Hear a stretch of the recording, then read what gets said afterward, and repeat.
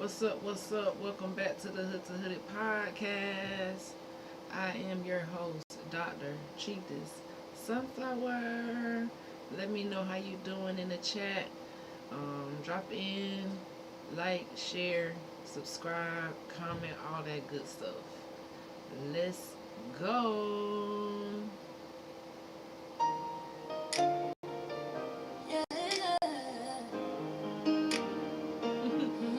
Come on now,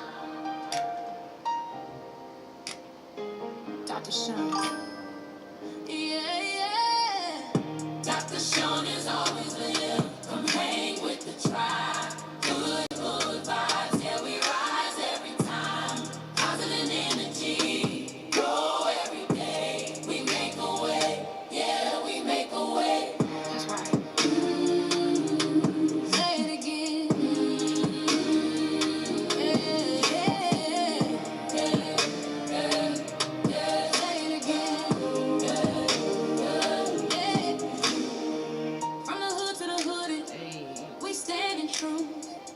Telling our story, and this is proof.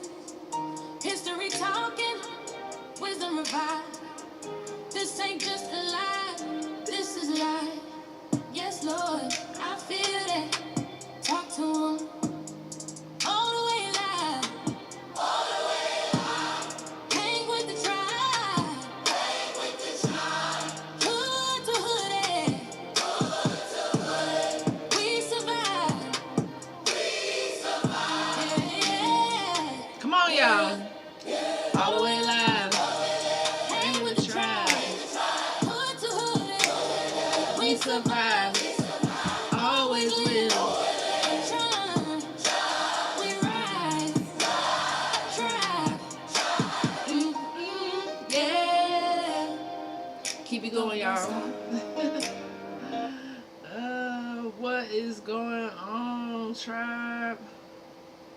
OCO to my knee. G.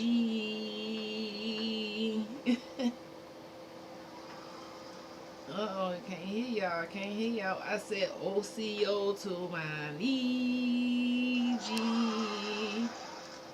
Oh, it's in my earphones. I'm like, where the sound at? Let's turn that off.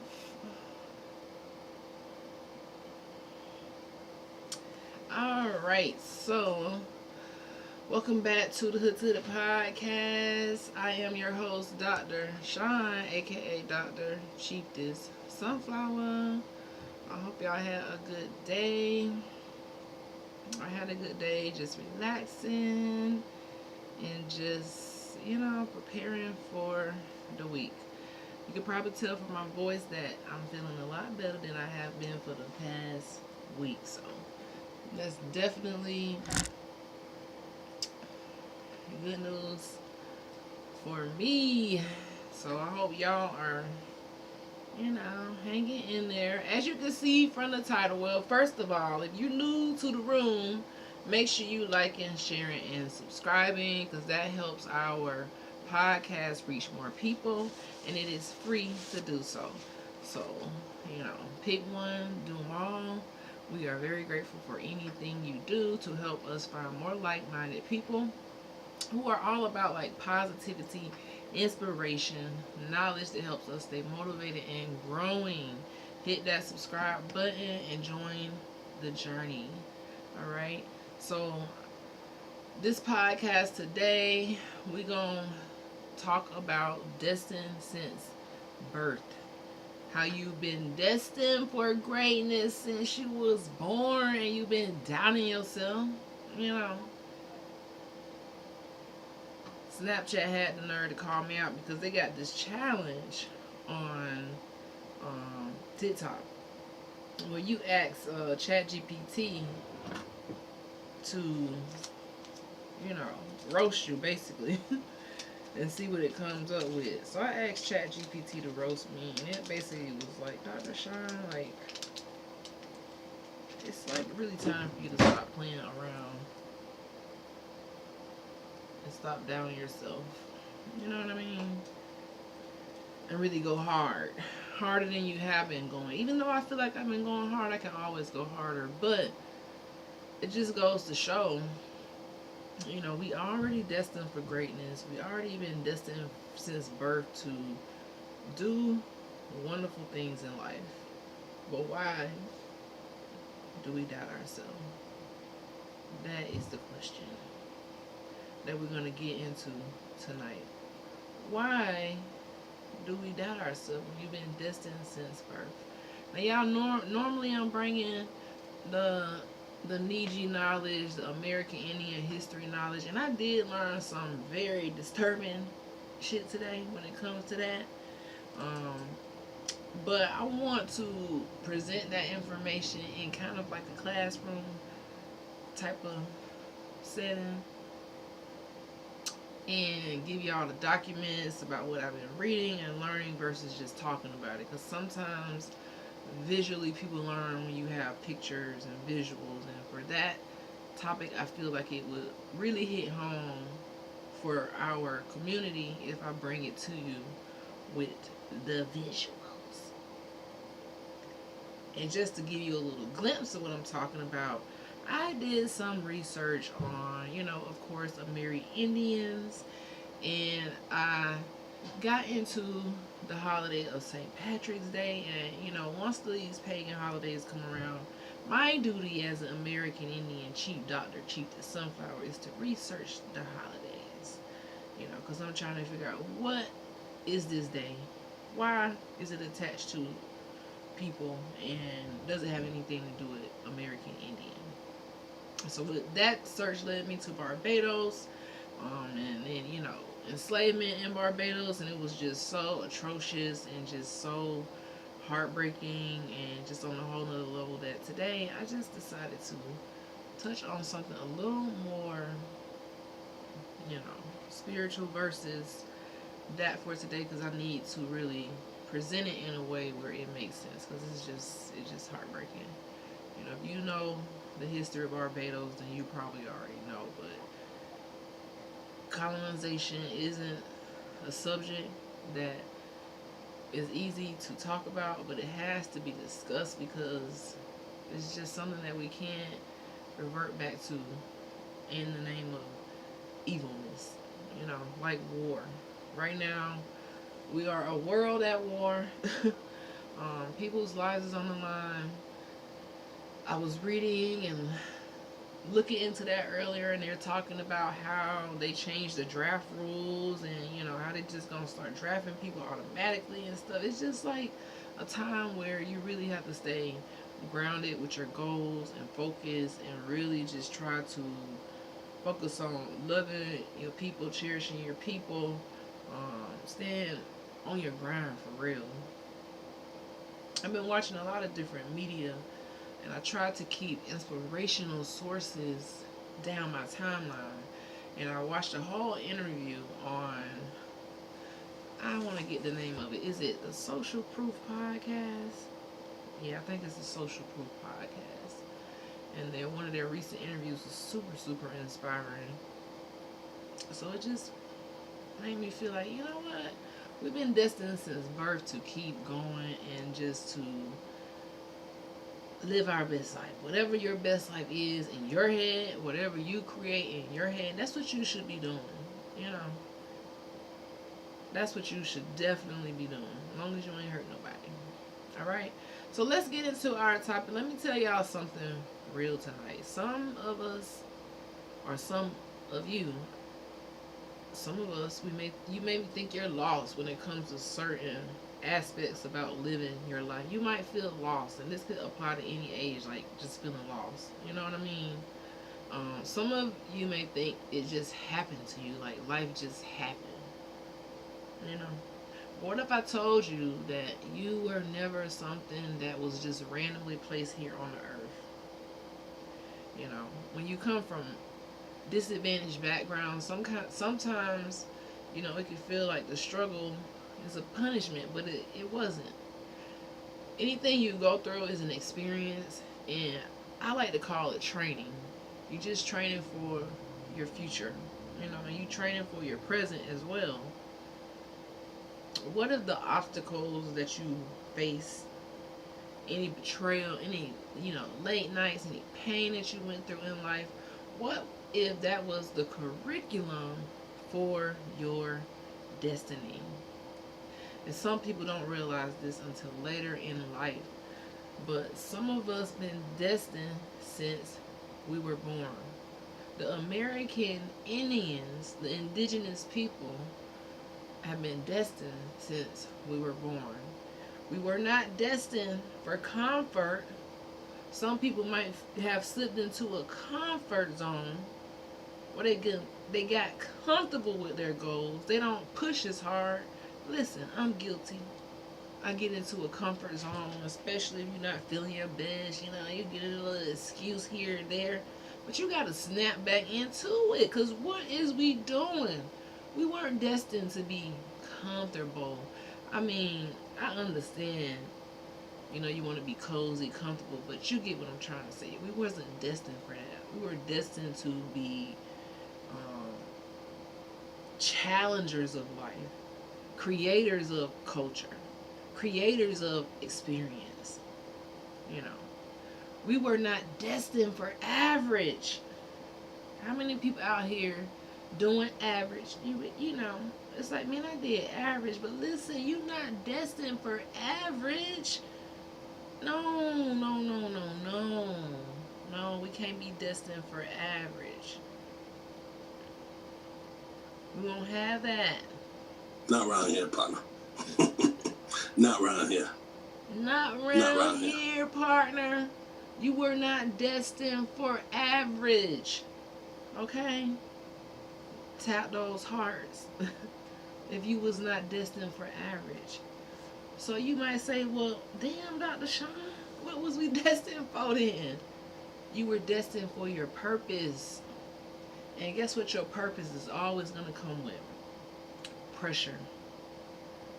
Because you a diamond. Some of us are diamonds in the rough, but either way, you still a diamond. So you was destined for a purpose. You was destined to shine. You was destined to be well above average, if not superior to average. And you wasn't destined to stay in no comfort zone at all. Alright? Okay? So I need you to stop playing around with your life. Stop the cap. Because you know you better than that. Okay? Talking to myself too. So let me make this plain, guys. A diamond only forms under what? Pressure. Right? When our ancestors, those Appalachian Indian, the Niji, was in battle, a warrior can only form from battle, not the comfort zone, right? A leader only forms through adversity. That's how you get something like Hood to Hooded, where I want to lead people away from a mindset that keeps you trapped, thinking that a generational curse just happened and you can't do shit about it. See, this is when you got to become the alchemist, the leader of your life, because a leader only forms through some type of adversity. So if your life has been difficult, if the doors have been closed, if people doubted you, if people tried to reduce you to something small, that might be evidence of your destiny. That might be evidence of your purpose. Because ordinary people don't attract extraordinary resistance. And I'm a witness to that. You can't go from hood to hooded without some type of pressure. You can't go from here to here without some type of experience, without some type of battle, And right now in America, the Niji, the American Indian, are under a spiritual, physical, and mental battle. There's an identity crisis where a lot of people realizing they ain't who they thought they was. And then a lot of people realizing, damn, I am who I think I am. Okay? You are who you think you are. Right? Just think about it. Just think about it for a second.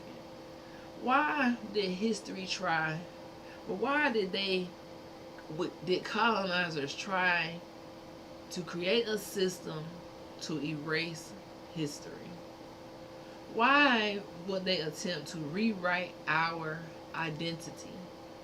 Why did they convince entire populations to forget who they are? Right? Because guess what? When people realize who they are, they go from dangerous, when people remember who they are, they become dangerous versus oppressed.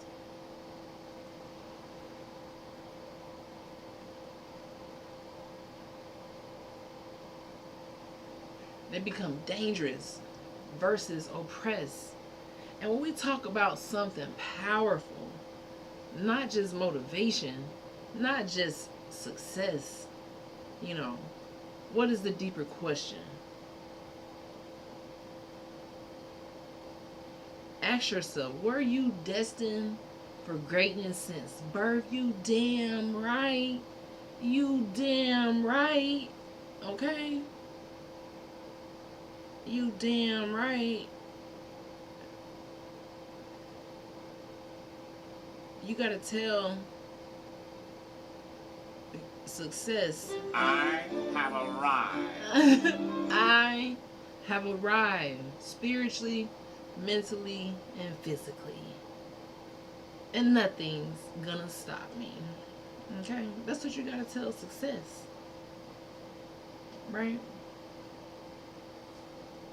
So, if you new here, my name is Dr. Sean, aka Dr. Chief the Sunflower, aka the Block Queen.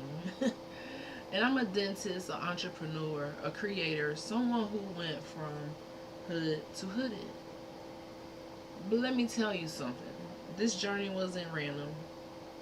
This journey in this path wasn't, you know, picked out of a hat looking back. The blueprint was already within me, you know. And that's what I'm trying to convey tonight. That it's already within us. So we're gonna go to what are the signs of destiny? How do you know something is your destiny? Because a lot of people think that just because something's destined to happen will mean that it is easy for it to happen. You still have to put in the work. It's actually opposite of what people think. You know, people who often have a powerful destiny, they have a difficult beginning. And I'm a witness to that. Having a difficult beginning can lead to something great if you do not quit. If you stand up in the face of adversity. Look at history. You know, look at all the innovators. Look at the revolutionary people. The MLKs, the Malcolm X's, the Frederick Douglasses. Look at these people who revolutionize our world. Look at the entrepreneurs around you right now. They are almost always misunderstood.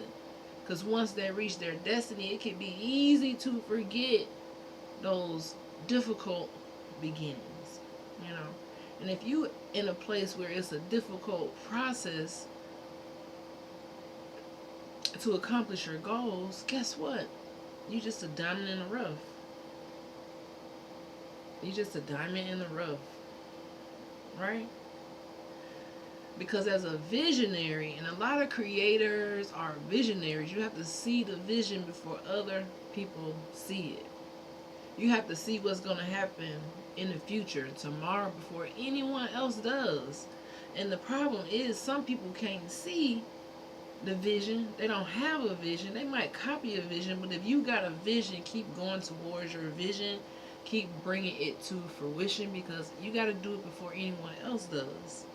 You know, and a lot of people may not understand your vision, and it's not for them to understand. You still must keep pursuing and bringing that vision to life. And that's why most entrepreneurs, creators, revolutionaries, people in history are misunderstood because they had to see something before someone else does.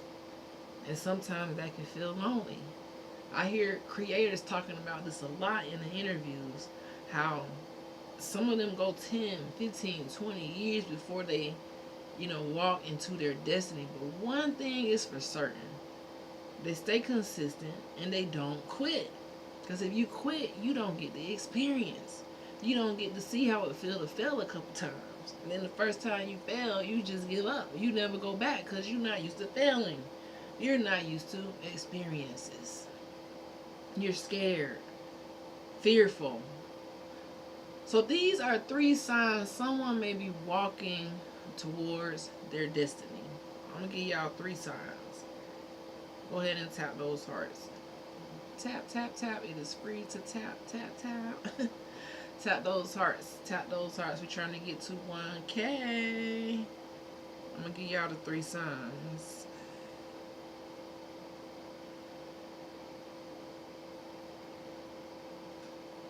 Let me find a little funny sound for us. I can't find nothing right now. Hey.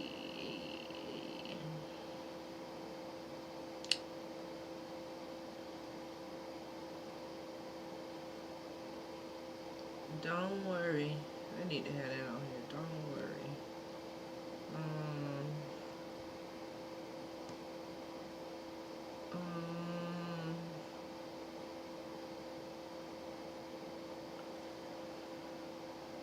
don't know. Let's try this one.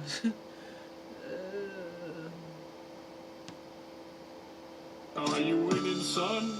And no, I'm not. And Dad, it's taking its toll. The last 3,000 hours I've played this game. What the? What was that? Let's try this one. Nothing beats a Jet2 holiday. And right now, you can save £50 per person. That's £200 off for a family of 4. Too funny.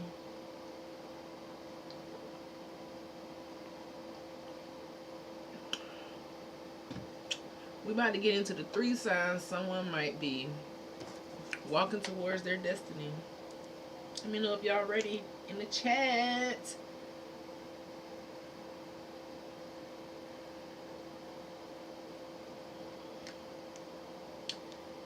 Drop some alerts in the chat. Let me know if you ready. See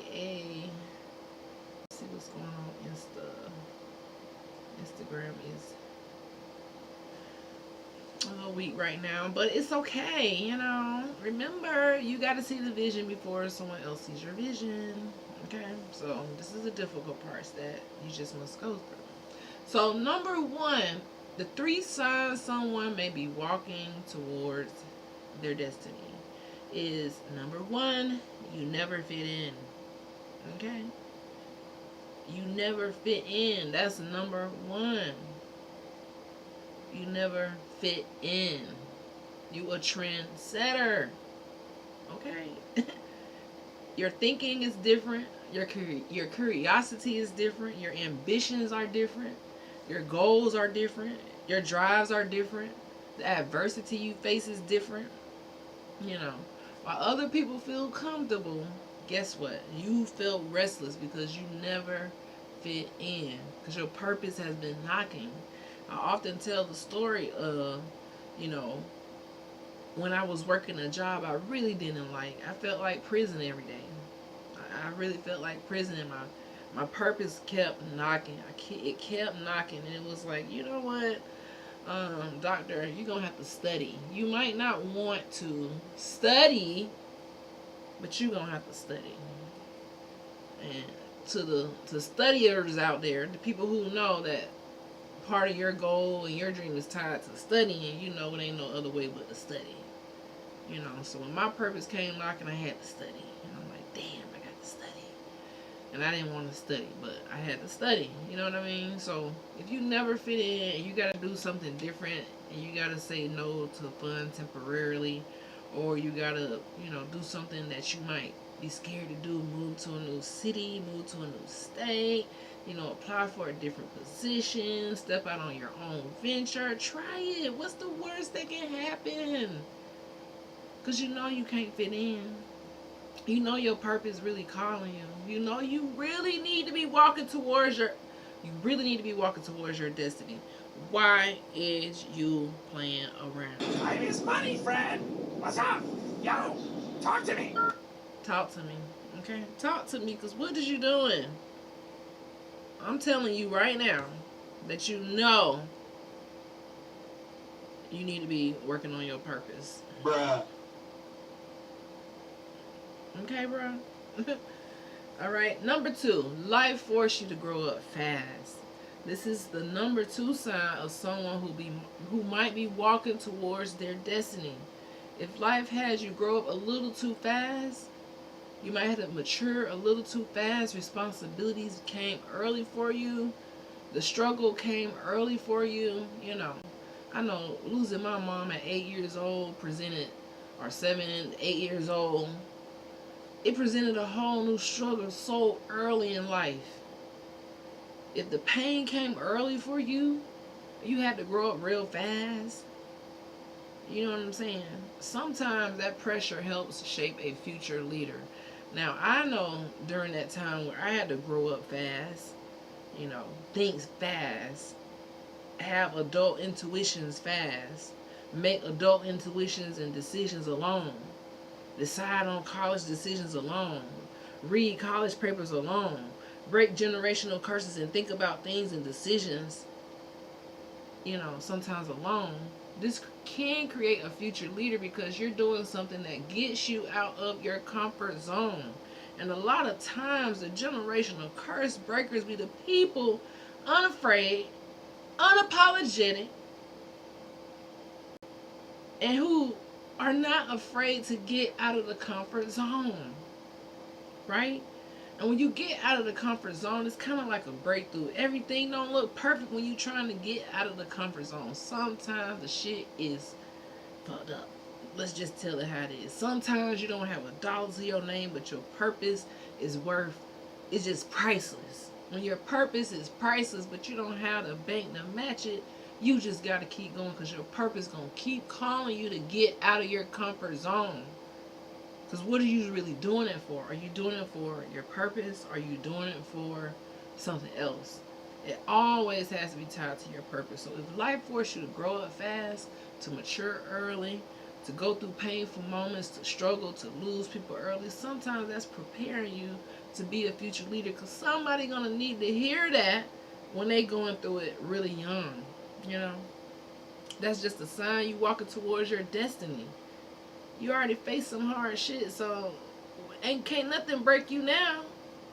Number 3, you feel called to something bigger. Even if you can't explain it, a lot of us get called to something bigger, even if we can't explain it. For me, I was called to be this Dr. Chief, sunflower. It's a big task to know history, to understand it to a deep level, to even accept my calling, to even accept the knowledge that was being presented to me at the time, to even listen and open your mind to something bigger that you can't explain, but you say, you know what, I'm unafraid of knowledge. Like Frederick Douglass said, he said, with knowledge, I'm unfit to be a slave. Motherfucker. I'm unfit to be a slave when I got knowledge on my side. Made it. What's going on? I'm unfit.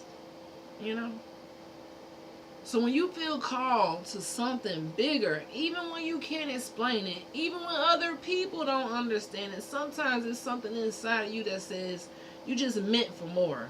Like when I was sitting at my state job at 21, 22, knowing that I had this dream deep inside to become a doctor, but knowing that I didn't want to put the work in. Let's just be honest. I ain't want to study for no test. And you got to take tests to get here. There's no way around it. If you don't want to take tests, then you just can't get here. You know, it is what it is. So when I was called and I had this urge, like, dang, I know I'm supposed to be doing something different.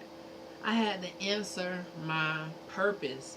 I could not stay where I was at because I would have been denying my purpose for a life that felt kind of like prison. I wasn't living up to my standards. Regardless of what was going on around me, it was just mentally, physically, and spiritually, I needed to do more. I could not settle. How many people just say, you know what, I'm just going to settle? We survive, period. The video effects are fire. Thank you. Hey, yes, we definitely survive. You know what I'm saying?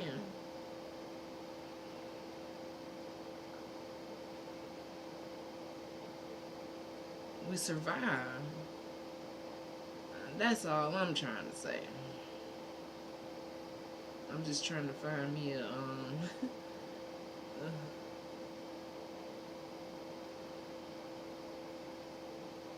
I be trying to find these little dancing memes, but sometimes it be throwing me off. Because I got way too many options, and y'all probably don't even know what I'm talking about. Oh, here we go. Here go one. Let's see what this is. We don't make mistakes. We have happy accidents. See what I'm saying? We don't make, y'all hear that? We don't make mistakes. We have happy accidents. Let's play that again for the people in the back. Did you hear it? Dang, I hope I ain't gotta go through them all again. God dang it. Can't stay long, Doc. I stopped by real quick just to show some love. Thank you so much for showing love. I appreciate it. I know it's late. Late. But you know what? I had to get on here and do my time. Because I get into a bad habit of not showing up, like being lazy and, you know, and I just don't want to make that habit. So I definitely appreciate you for stopping through. And I hope you have a good night. Have fun. I always will. You know, anytime I go live, it's fun because I always test myself.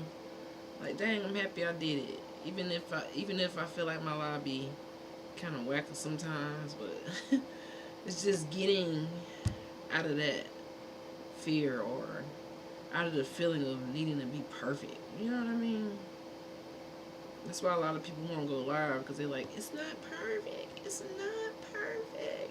But I was watching a video tonight, and the guy was like, man, it took me 17 years to do YouTube. And I'm like, dang, I'm only 10 years in. I got 7 more years, like, that I might have to wait. So I got to do my time, man. So I don't want to get into the pattern of laziness. And I was trying to find something, but dang, I can't find it. I can't find it, guys. Oh my God, they put Barney on here. Heck no. They got a lot on here now. But I ain't gonna play that one. Anywho, so, like, if you feel like you're being called for something bigger, you can't explain it, this means that you are meant for more. And that's how you know you are headed towards your destiny. Now, when I look back over my hood to hooded journey, and I'm going to take this a little personal. When I look back over my life, I see moments where quitting was easier. It was much easier to be a quitter. I see moments where quitting could have put me in a totally different predicament where I could have never saw New York. You know, pushing for this dental journey allowed me to travel, allowed me to escape the hood, it allowed me to meet new people from all over the world. It allowed me to test my mind, my capacity, and just see what can life be. You know, And some people get stuck wondering what life can be instead of testing what life can be. You know, you have to test this shit. You can't just sit and not move because you're not a tree. If you want to travel, travel. You want to go and do different things, do that. For my recent birthday in 227, I had the bright idea to go to a helicopter. It was the worst decision I could have ever made for that moment after I got out of the helicopter, but I'm happy I did it. But would I do it again? Probably not. But I'm happy that I did it. It's like somebody said, "Oh, you did something like a bucket list," where, I'm happy I did it, but doors off, helicopter, feet out. No, it ain't something I want to be caught up with the camera on me looking crazy.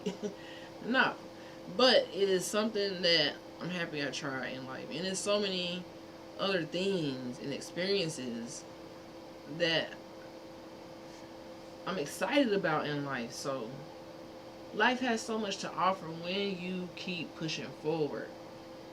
So for me, something kept me pushing forward at every level of the journey, whether that was in the beginning where it was dealing with trauma, losing my mom at such a young age, if it was going to the jailhouse to see my dad, having to go experience that, being in that environment, eating, what is it, damn, what was it in the prisons and the jail? They had it's kind of like a vending machine hamburger. Was it, it just, was it the times when you get heartbroken, or was it the times when you going to college for the first time, or taking tests? It's just so many times where you could quit in life, and each level is going to require you to be more and more comfortable with being uncomfortable. Okay, so something kept me moving forward: the education, dental school, to now building a dental practice that is very, very difficult part of life. It's like one of the hardest things I ever had to experience is being a dental practice owner. Like, people look at it like, "Oh my God, you made it." It's like, shit. You know what I'm saying? Creating content, that's a whole nother ball game. That it look easy, but until you do it, it can be challenging. But my thing is, if you having fun, then hey, I'm up for the challenge. If I'm having fun, I'm up for the challenge. If you trying to uplift people, then hey, I'm up for the challenge. So I'm all about uplifting people to stay on this hood to hood journey, and past that, just to be like a liver of life. All right. Sometimes people ask, why do you keep doing all of this? They might ask you, why you keep doing all of this? I know in my college years, my cousins, they would see me studying at the cookouts. They would see me studying, you know, during all of my free time, because I had a purpose. Oh, I wanted to be this dentist. This is before I quit and didn't study for the test. This is when I was actively in college, like, hey, I want to be a doctor. Let me go to the pre-dental club meetings. Let me do my volunteer hours. Let me try to go, try to beef up your resume, your curriculum vitae. You trying to beef it up, right? So people would say, why you keep doing all this? Because I had a purpose, and nothing was getting in the way of the purpose. It's like, hey, I don't give a damn. We finna party tonight I'm gonna go out tonight, but let me study first. Let me get in these books first. Let me make sure I'm ready for my test first. You gotta make sure you're prepared for your purpose before you prepare for your fun. Now we gotta clip that. Prepare for your purpose before you prepare for your fun, because your purpose is gonna lead you to the fun. And once you feel your purpose, it's something that you cannot unfeel. It's going to be stuck with you. And if you don't do it now, it's a lot of people who know they had a purpose and did not follow through.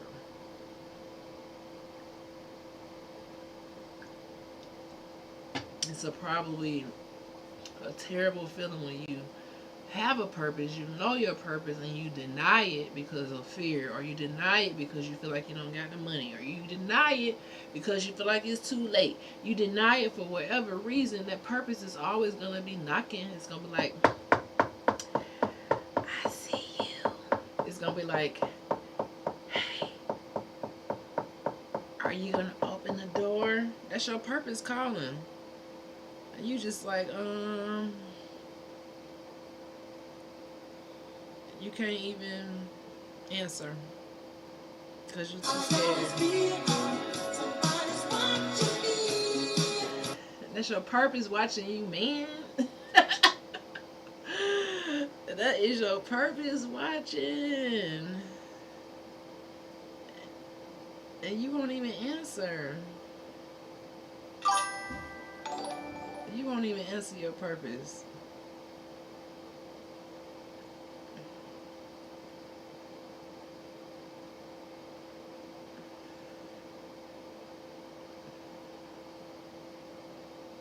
I'm trying to play another bit.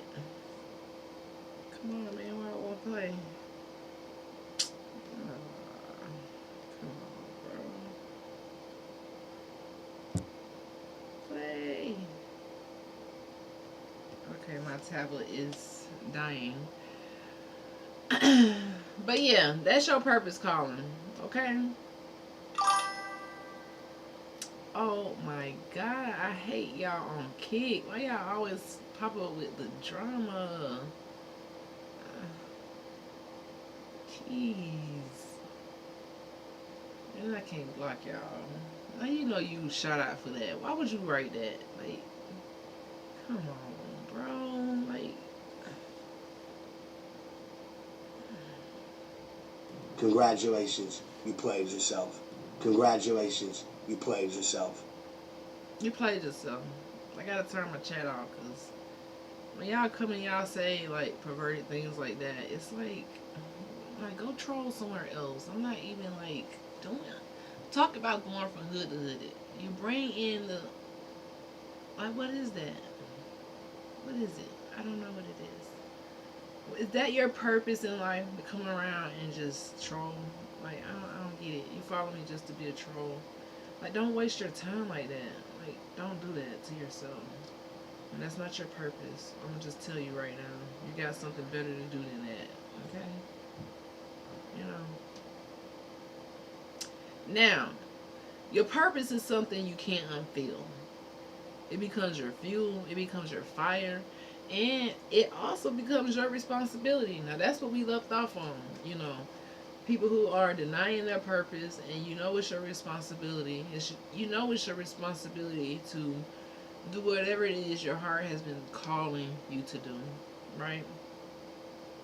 Now, this is something I want people who are watching this, even now on the replay, to understand. That your story might not make sense right now, but later when you look back at it, you might see a pattern. You might realize there were some dots connecting the whole time. Now, I'm a witness to that. For my purpose, when I look back, it didn't make sense back then. It didn't make sense when the dots was starting to connect. I couldn't see it, and a lot of times I quit during this journey. I mean, I might have temporarily quit a whole bunch of times. Like, I quit. I can't do this. You know, when you're having like a total meltdown in dental school and, you know, but eventually you're like, you know what? I have to go back and stop playing. Like, you didn't do all of this for no reason. You didn't come this far for no reason. Okay? Let's see if I can turn the chat back on, because the people on Kick, they just, I don't understand. Like, everybody who follow me on Kick always follow me just to say some BS. It's like, let's see if we can turn the chat back on without any perverts. Okay? Okay? Thank you very much. Now let's talk about destiny versus distraction. Like I just had a damn distraction. What's up, love loves me? How you feeling today? Thank you for getting that #1 gifter badge. I don't know what's up with my volume. Let's turn this up. The key? That's my new one. Let me see. I tried. You took it off and never gave to me. It's on the counter, I think. This is on the counter. You said the key? Is this the key? Let me see. They like my old key.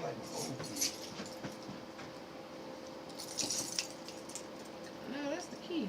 Oh, Why you think that's the old key? I thought that was my old key. Mm-mm. Thank you for tapping the hearts. How you feeling today? I hope I didn't miss it. How you feeling today? Love loves me. Destiny versus distraction, guys. Now here's the dangerous part. Destiny attracts distraction. Oh, I'm good. I'm happy to hear that. How was your Sunday?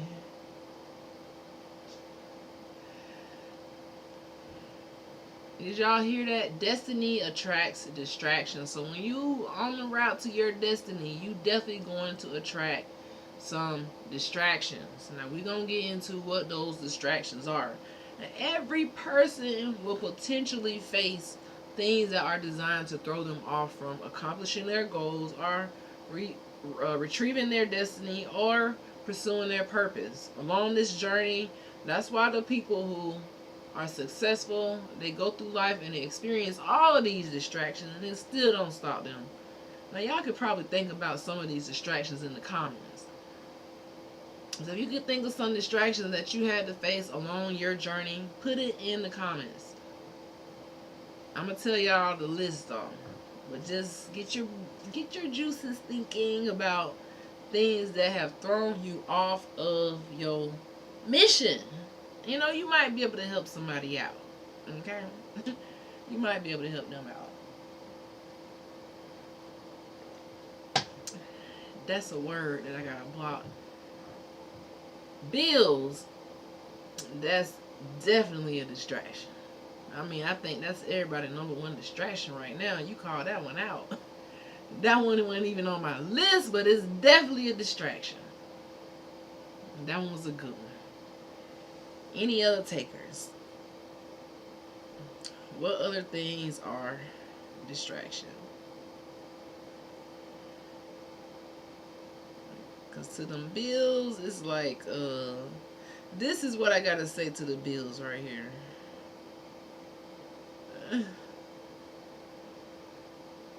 Let's see if it's gonna play. Bye, Felicia. Bye, Felicia. It's like, bye, Felicia. Can you leave me alone, Bill? You bother me 12 times a year. Like, you almost as worse as the period. Like, you worse than a period. I can't even lie. Anywho, destiny versus distractions. Everybody or every person who is aligning themselves with their destiny is going to face distractions that are meant to throw you off. Now, these distractions can look like drama.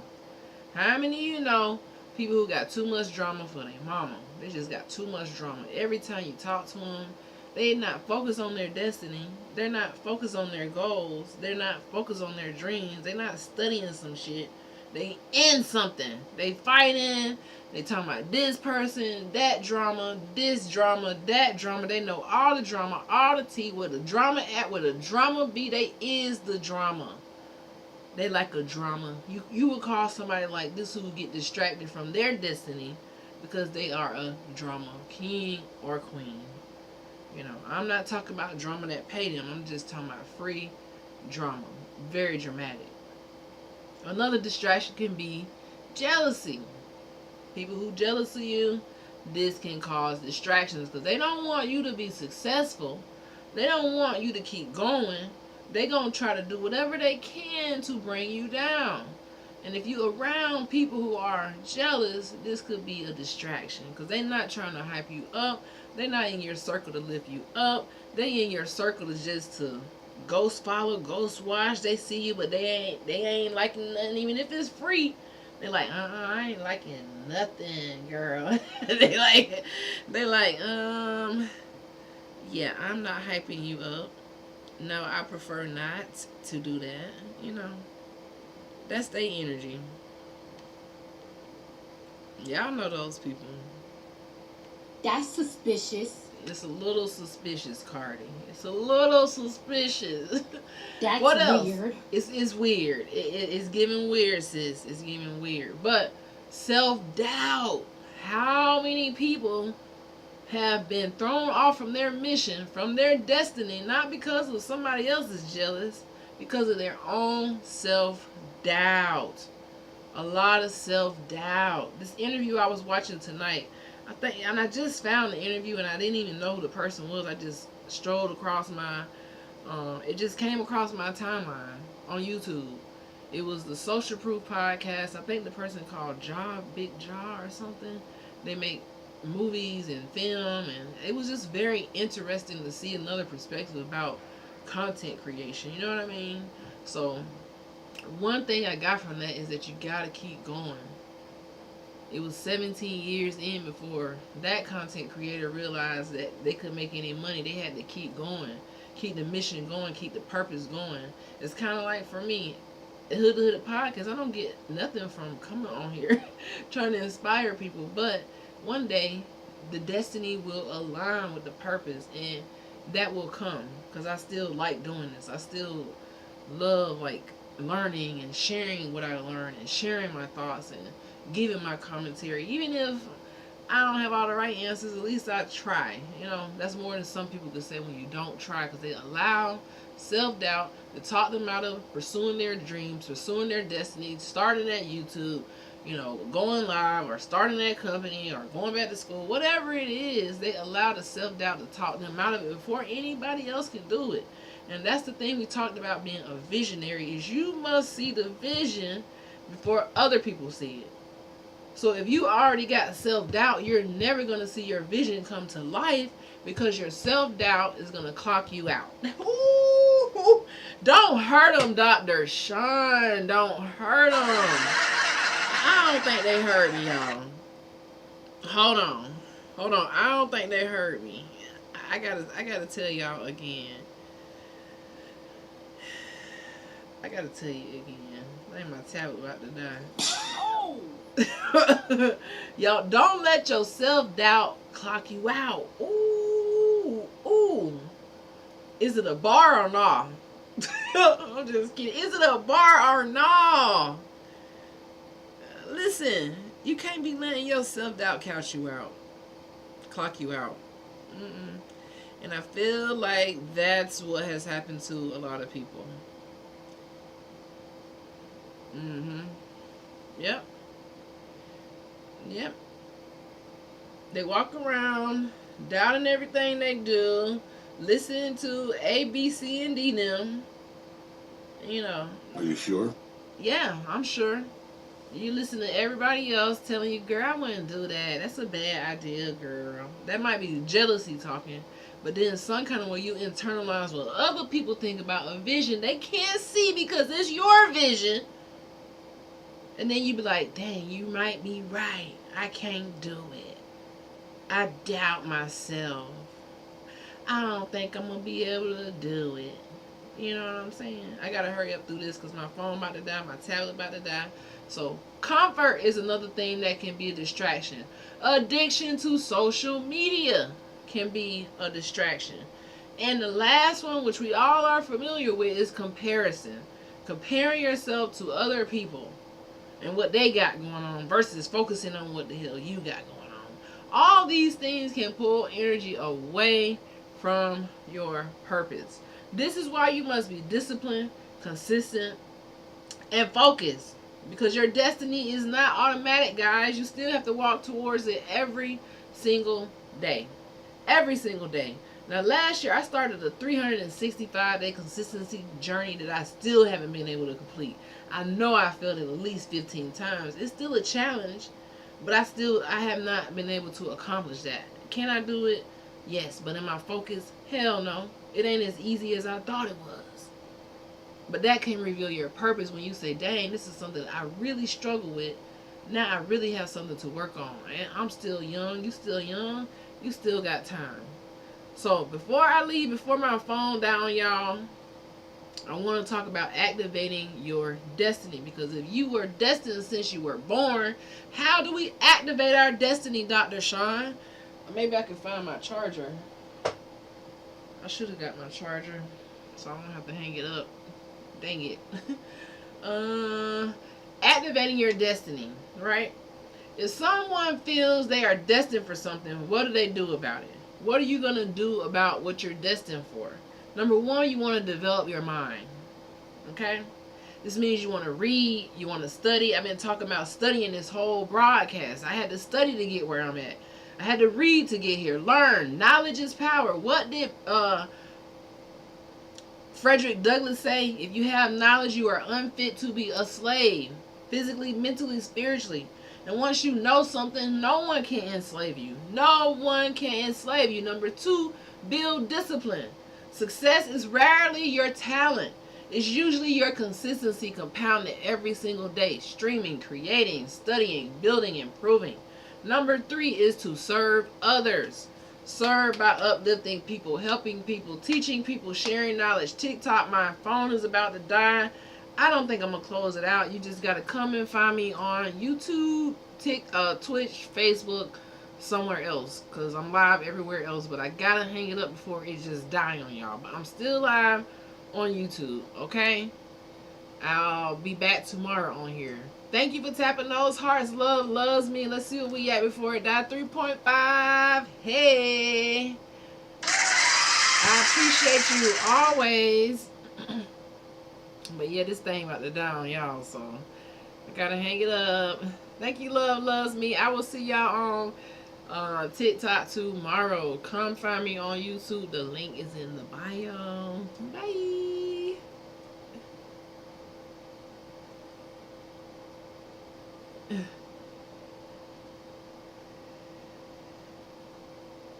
Alright, so we're not gonna hang it up right here on YouTube because I feel like I was rushing to hang it up and I'm not really ready to hang it up. So number three is serving others. The most powerful destiny always involves uplifting other people. So if you walking towards your destiny and your destiny has something to do with uplifting other people, helping other people, teaching people, sharing knowledge, that's how you can really impact other people.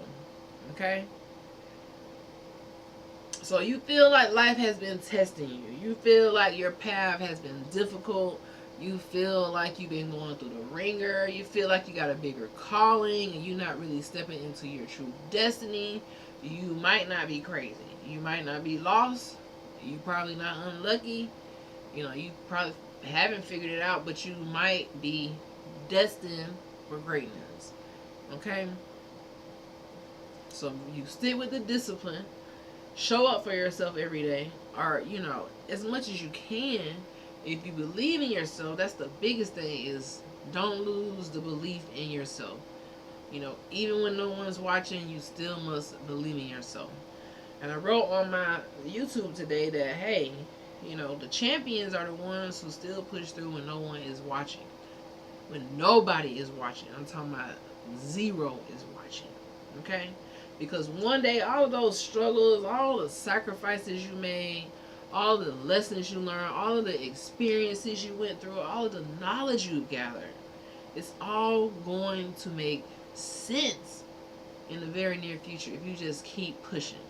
Right? So you're going to realize something powerful once all of this experience, the knowledge, the sacrifices, everything we just talked about, once it all compounds, you're going to say, you know what, this was not an accident. The things that I went through were no accident. Ask successful people. They'll tell you they won't go back and change what they went through because it made me who I am. I wouldn't go back and say, being homeless, I wouldn't go back and change that. Having to study as much as I did, even though it was like a bad memory having to study as much as I did, I wouldn't go back and change that. Now, I probably would say, I ain't gonna even hold you, if I had the opportunity to go back and, have my mom longer, I would. Now, that's one thing I can say. I probably wouldn't be as strong as the other things. I wish that I could have changed that. I'm always gonna feel that way, but I can't change that. So that's the difference. I know I can't change that. So that means that it was no accident. I was destined since birth to walk this path. Because everybody can't walk this path. Everybody can't walk your path. everybody can't go down the road that you went down. Everybody's gonna have their own path, right? They're gonna have their own journey, and nothing can stop them. Nothing can get in their way. You know. And just like today, I am so proud of myself for even coming live and chilling with y'all, and to the people who definitely show up. I appreciate it. Share this achievement. Oh, let's put this on Snapchat. So I'm trying to get more into, you know, coming live, IRL, like dental office type, you know, that type of vibe. But I'm still trying to figure it out, guys. I'm like a content creator who is not all the way together. I don't have the shit all figured out at all. I really don't. But I gotta keep going. That's why I watch those inspirational programmings. I watch the inspirational interviews from these people who are successful. And not only that, another thing that I'm gonna tell y'all is a hack is watching people who are elderly. I'm talking about 80 plus years old, and just getting into their mind and just listening to the people who do the interviews for millionaires or the elderly or just people who have went through things. Just watching these different interviews can really be inspiring, and it can shorten your path and shorten some of the experiences that you might face if you listen to the elders. So I'm always a fan of listening to my elders along my journey to my destiny, and just always trying to figure out what's my destiny. And lately, just being on this whole thing of not really trying to hold on to things that don't align with my journey. You know, in the past, especially my teens, 20s, you try to hold on to things that really don't align with who you are, or you try to make it fit into your person of who you are. You try to, I don't know, and this could be for any situation, person, place, or thing. You just hold on to a lot of baggage as you go through life. And one thing I realize is let the baggage go. Even if you don't want the baggage to go, sometimes it must go. Like, you can't hold on to everything.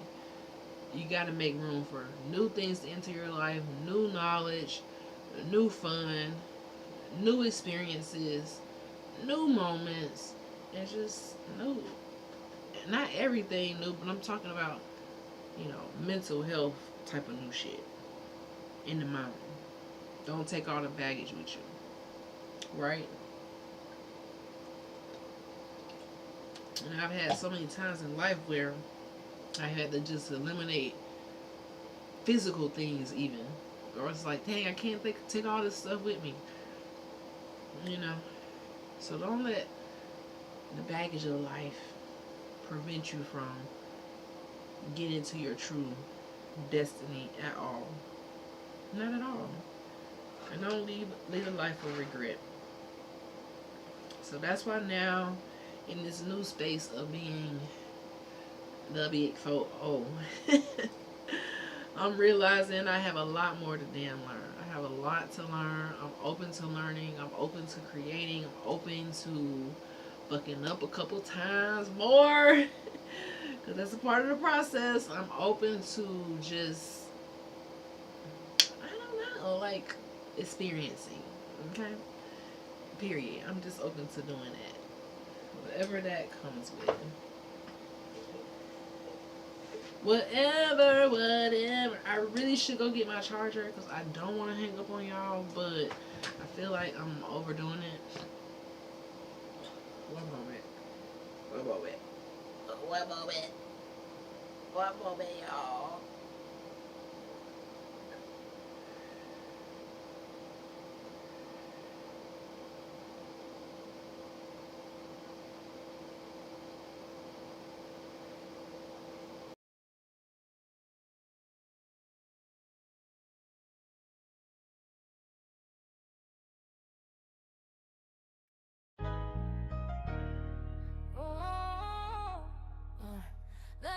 need you back.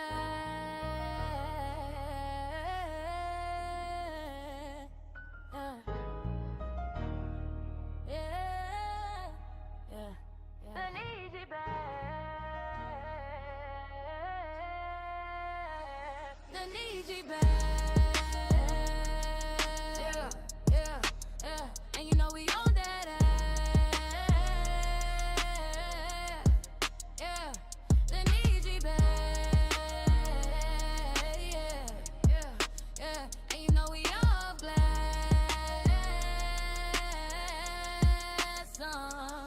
The pyramid standing tall, yeah, fact. Turtle Island strong, yeah, fact. Say it loud, say it back. The need you back. History live, tried to erase us. Pages rip, but they could never debate us. Cause when we go back in them records, we pulling receipts out the bruh.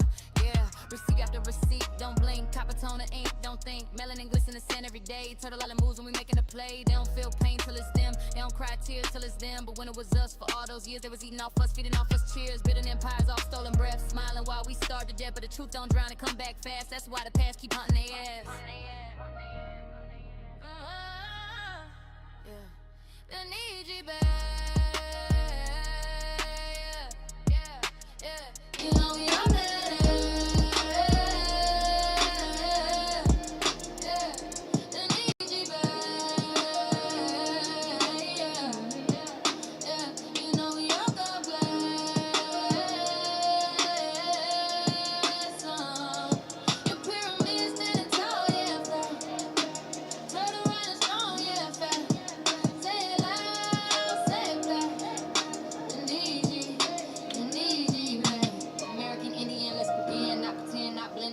Been here millions, yeah, billions old. Before your borders, papers, lies got told. Before the ships, before the chains, before they put false names on pain. We the land of bone, the seed. You can't copyright blood or creed. They try to rename us box of sin, erase the truth and profit then. But memory live in the soil deep. Every mouth still got secrets to keep. So when we rise, it's ancestral math. Every step forward, undo the past. We ain't asking, we taking it back. Say it with me, and I need you back. Need you back, need you back, need you back. Oh, I need you back. Who still stands? Still stands. Who's left? Say it again. Who been here? Who been here? Who still stands? Still stands. Who's left? I need you back. Yeah. Yeah. You know we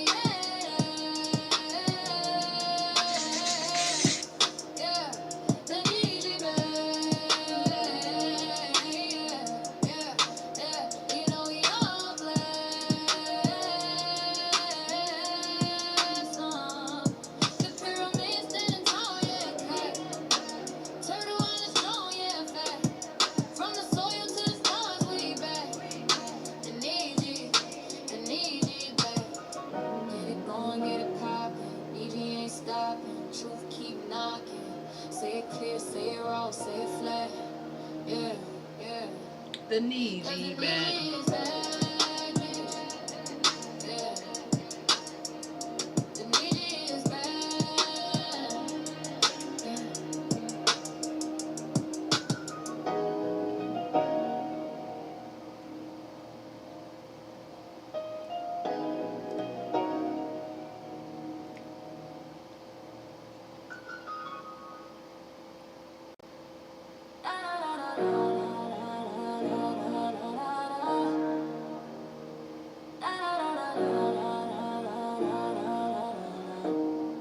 Yeah.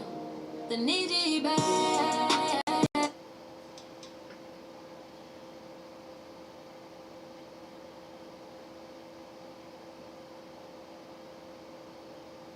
I got a lot of stuff.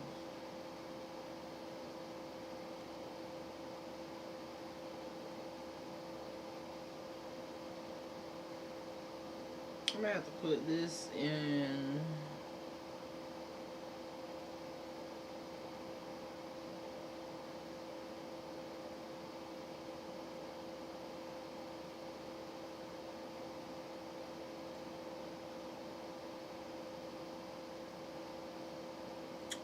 Where am I gonna put this at?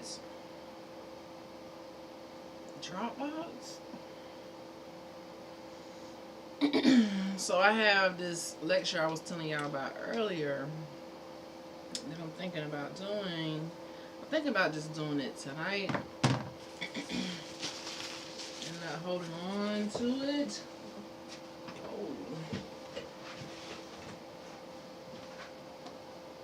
Oh.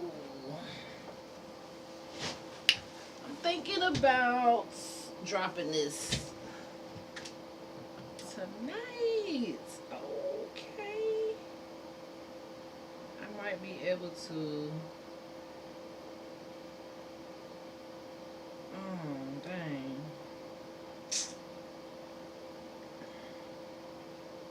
I know what I'm gonna do. I know what I'm gonna do, y'all. I made it from TikTok. What's up, L Good N1F? How you feeling? Check this out. I was about to do a whole nother topic.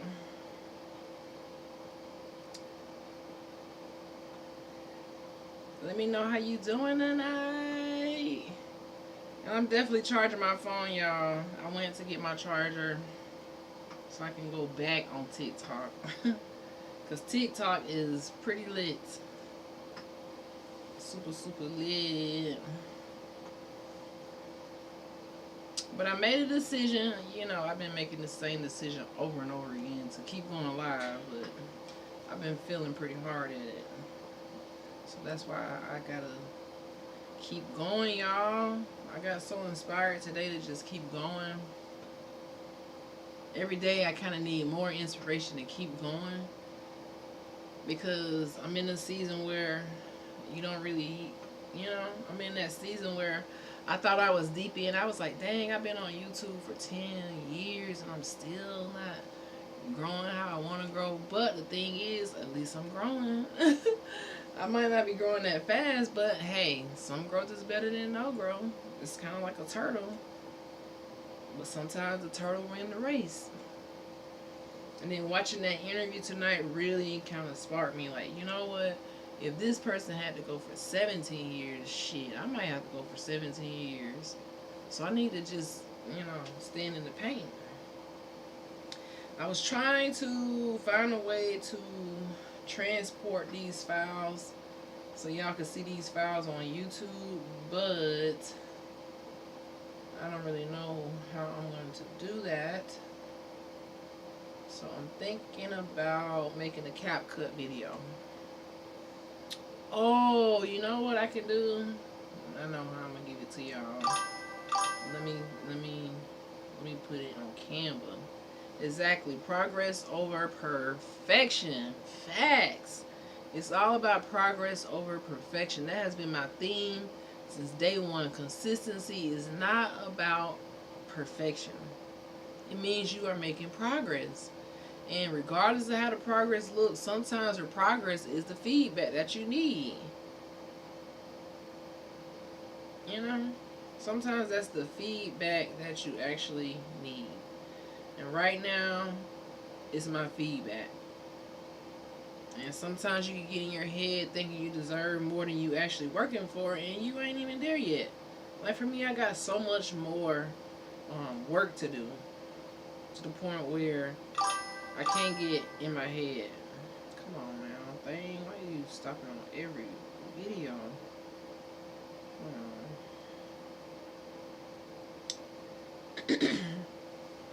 I got that from you.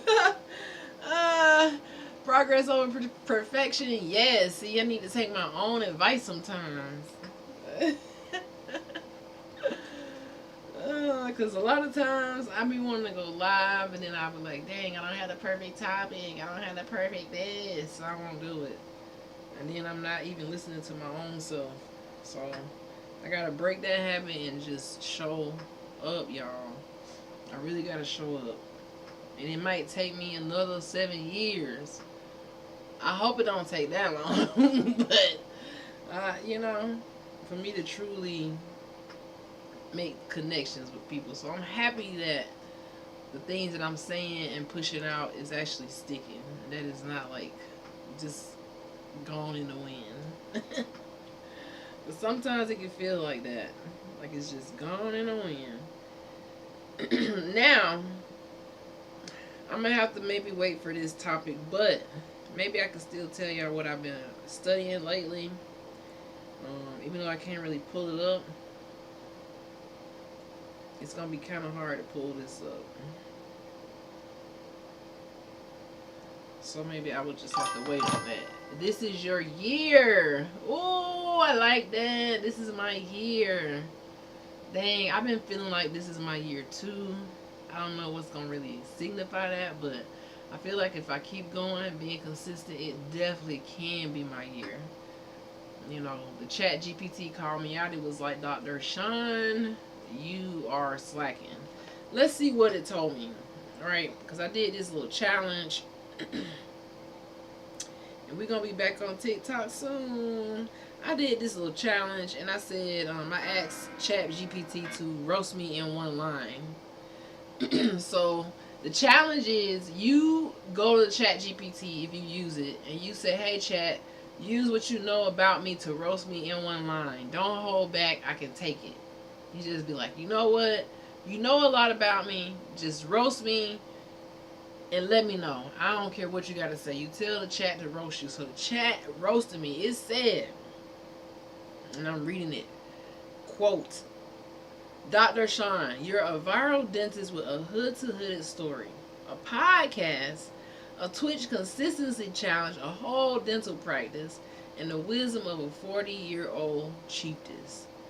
Yet, somehow, your biggest cavity is still the gap between all that brilliance and actually scaling it into the empire it deserves.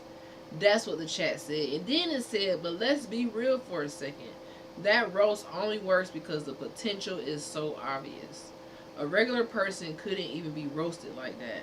You got the story, the mind, the platform, and the discipline with that 365-day consistency journey. Sometimes the only thing left is tightening the system so your impact grows as fast as your vision. And I was like, that's not really a roast, chat. But that's what Chat GPT told me. It told me that I have a gap between the brilliance that I think that I'm putting out and actually executing it and turning it into this massive inspirational empire. And I'll be honest with y'all, I hold myself back a lot. And I don't know what it is that's holding me back. I think part of it comes from generational curses and just having the lack of that family unit to support this movement. So when you kind of lack that part and you're far away from home, then that can really make it feel like it's something missing. Like I feel like, I don't know. So that's why a part of me wants to move back home and move back to the South. Just to have that family camaraderie, friend camaraderie. I don't know, but that's the part of life, is trying to figure out, hey, what's the next step for the future? What's the next step for the vision? Where do we want to take this? I can see Hood to Hooded podcast going massively global, and right when I was just about to delete the actual podcast from like Spotify and Apple, this was probably like last week, I realized it was people listening all over the world. I was like, wait a minute. I can't delete it. People are actually listening to my podcast from 2-3 years ago. What? And some of them are really becoming popular, and it's like, wow, it just takes time. So I'm always going to be reminded of that image of digging for those diamonds. You just digging. Or if you are diamonding in the rough yourself, where you under so much pressure, like people don't understand what pressure feel like. You know what I mean? Pressure is something that even dental anesthesia can't take away.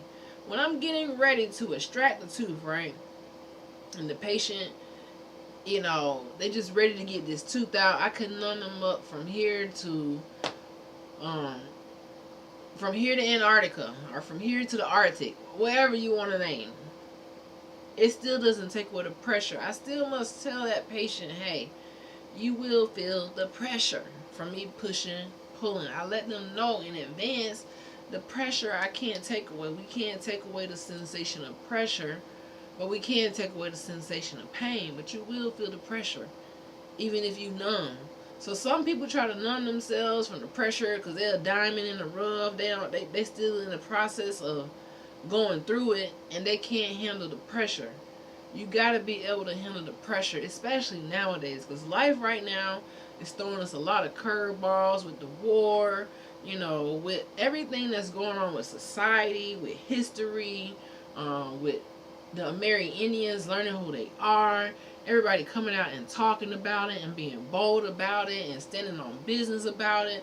Just so much going on with housing crisis, with the rent, with the bills. Somebody said, when we talked about earlier, things that can distract you from your destiny. Someone mentioned something not on my list, which was bills. A lot of these things distract us from our destiny.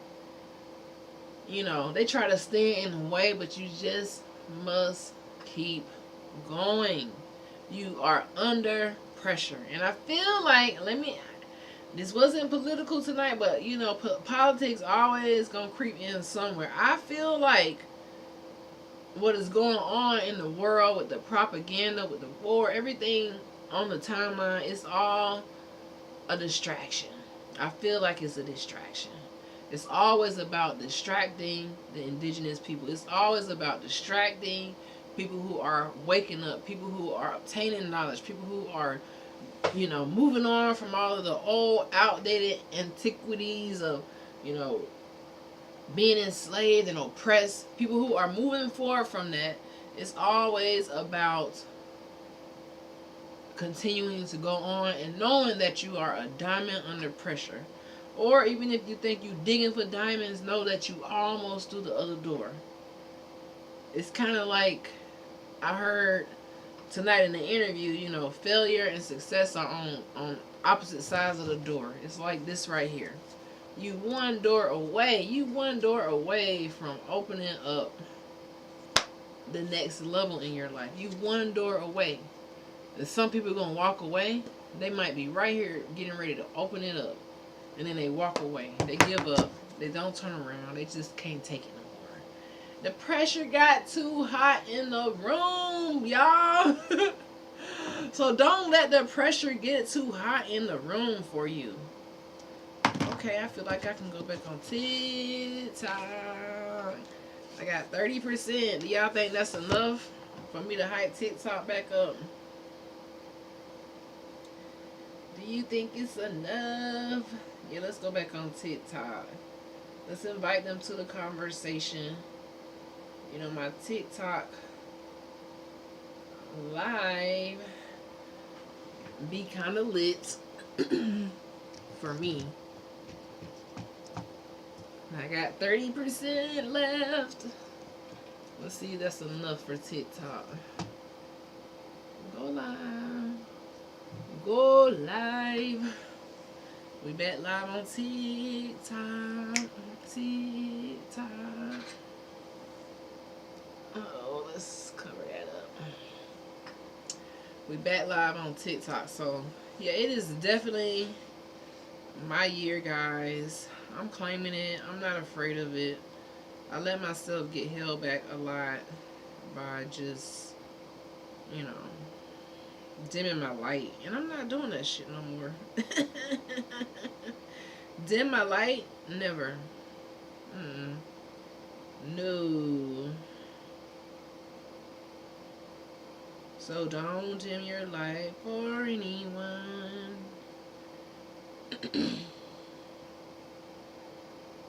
Because if you do dim your light, guess what? I got a message for you. Y'all know I'm gonna stay coming with them messages. Hold on, that's not a good message. How did it get that message? Menu. No. Get out of there.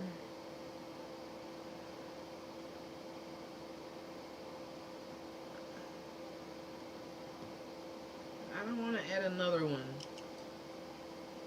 So don't dim your light for nobody.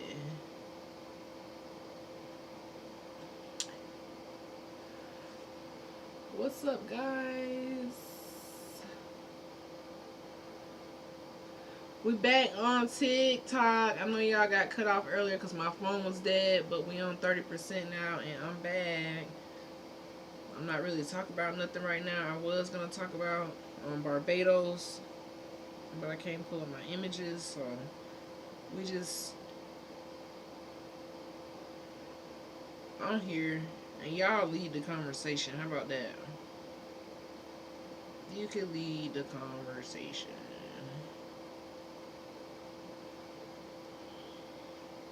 Come on, man. I just hate when the technology don't work. Come on. Okay, well that's not working.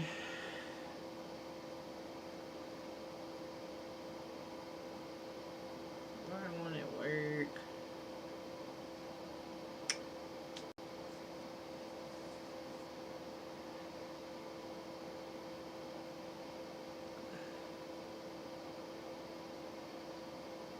You know, maybe my tablet need an update because it's going slow as hell, man.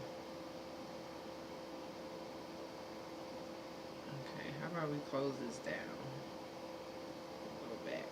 Go back. Let's just exit out of this. Let's get out. Alright, so we back live, guys, on TikTok. And we was talking about being destined from birth to win. So we went through our whole little spiel on that. So right now I'm just opening it up for Q&A, and we're just chilling in the room. So come in the room, let me know what's on your mind. Ask Dr. Sean. That's what we're doing right now. So ask me questions and I will answer your questions. Okay? And if you allow anything to clock you out of your destiny, this is what I was going to tell you. I was trying to get this to play. Congratulations. You played yourself. You played yourself. Okay? Okay? If you allow anything to clock you out, what are the things that we said that can clock us out of our destiny? Let's go to the list. So we said, someone said bills. You know, I mean, that's a distraction from your destiny. We said drama. We said jealousy. We said self-doubt can be a distraction. Your comfort zone, you know, being too comfortable can be a distraction. A lot of us get too comfortable. Me, I feel like I was comfortable in my 30s. It's kind of like never really comfortable from like teenager years. You working hard, you going to college. Then when I got to dental school, that was definitely not comfortable. Then when I got in my 30s, part of me got comfortable, and I felt it. Like for the whole decade, I felt like, yes, life was going and moving, but I felt some type of comfort zone energy. So the point where when I crossed over last month into the, this new era, this soft life era, I was like, you know what? No more the comfort zone, because I don't have forever to accomplish the things that I want to accomplish and inspire the people and to be inspired. So I don't have room for comfort zones. You don't have time for comfort zones. Maybe if you young, you might have time for a comfort zone or two, but don't get caught up in the comfort zones. It's a distraction. And if you get caught up in the comfort zone, y'all already know. Congratulations. You played yourself. Played yourself. Played yourself. Let them know. AI summary. Answering questions on destiny and life's journey. Ask yours now. Okay, AI. Thank you for the little extra little note there. Alright. Other things that can be distractions. What else? Addiction to social media. Definitely a distraction. Now, if you are a content creator, then you're using social media as a business. But if you are addicted to social media for free, then this is going to be distracting you from your destiny. This is why you can't get to your destiny. This is why you can't get to the next level, because you're way too distracted. Okay? G Sacred 9, like the video. What's up, G Sacred 9? It's an honor to have the chief in the room, the big chief in the room. What else can be distracting you from your destiny? Comparison. Y'all already know what they say about comparison. That's the thief of all joy. When you start to compare yourself to other people. Thank you for being my number one gift.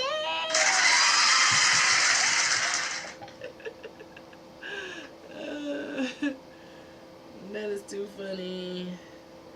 Thank you for being my number one gifter. You know what? I got a song just for you being my number one gifter. Hold on. Let me see if I can find it without taking too much time. I hope y'all not in a rush.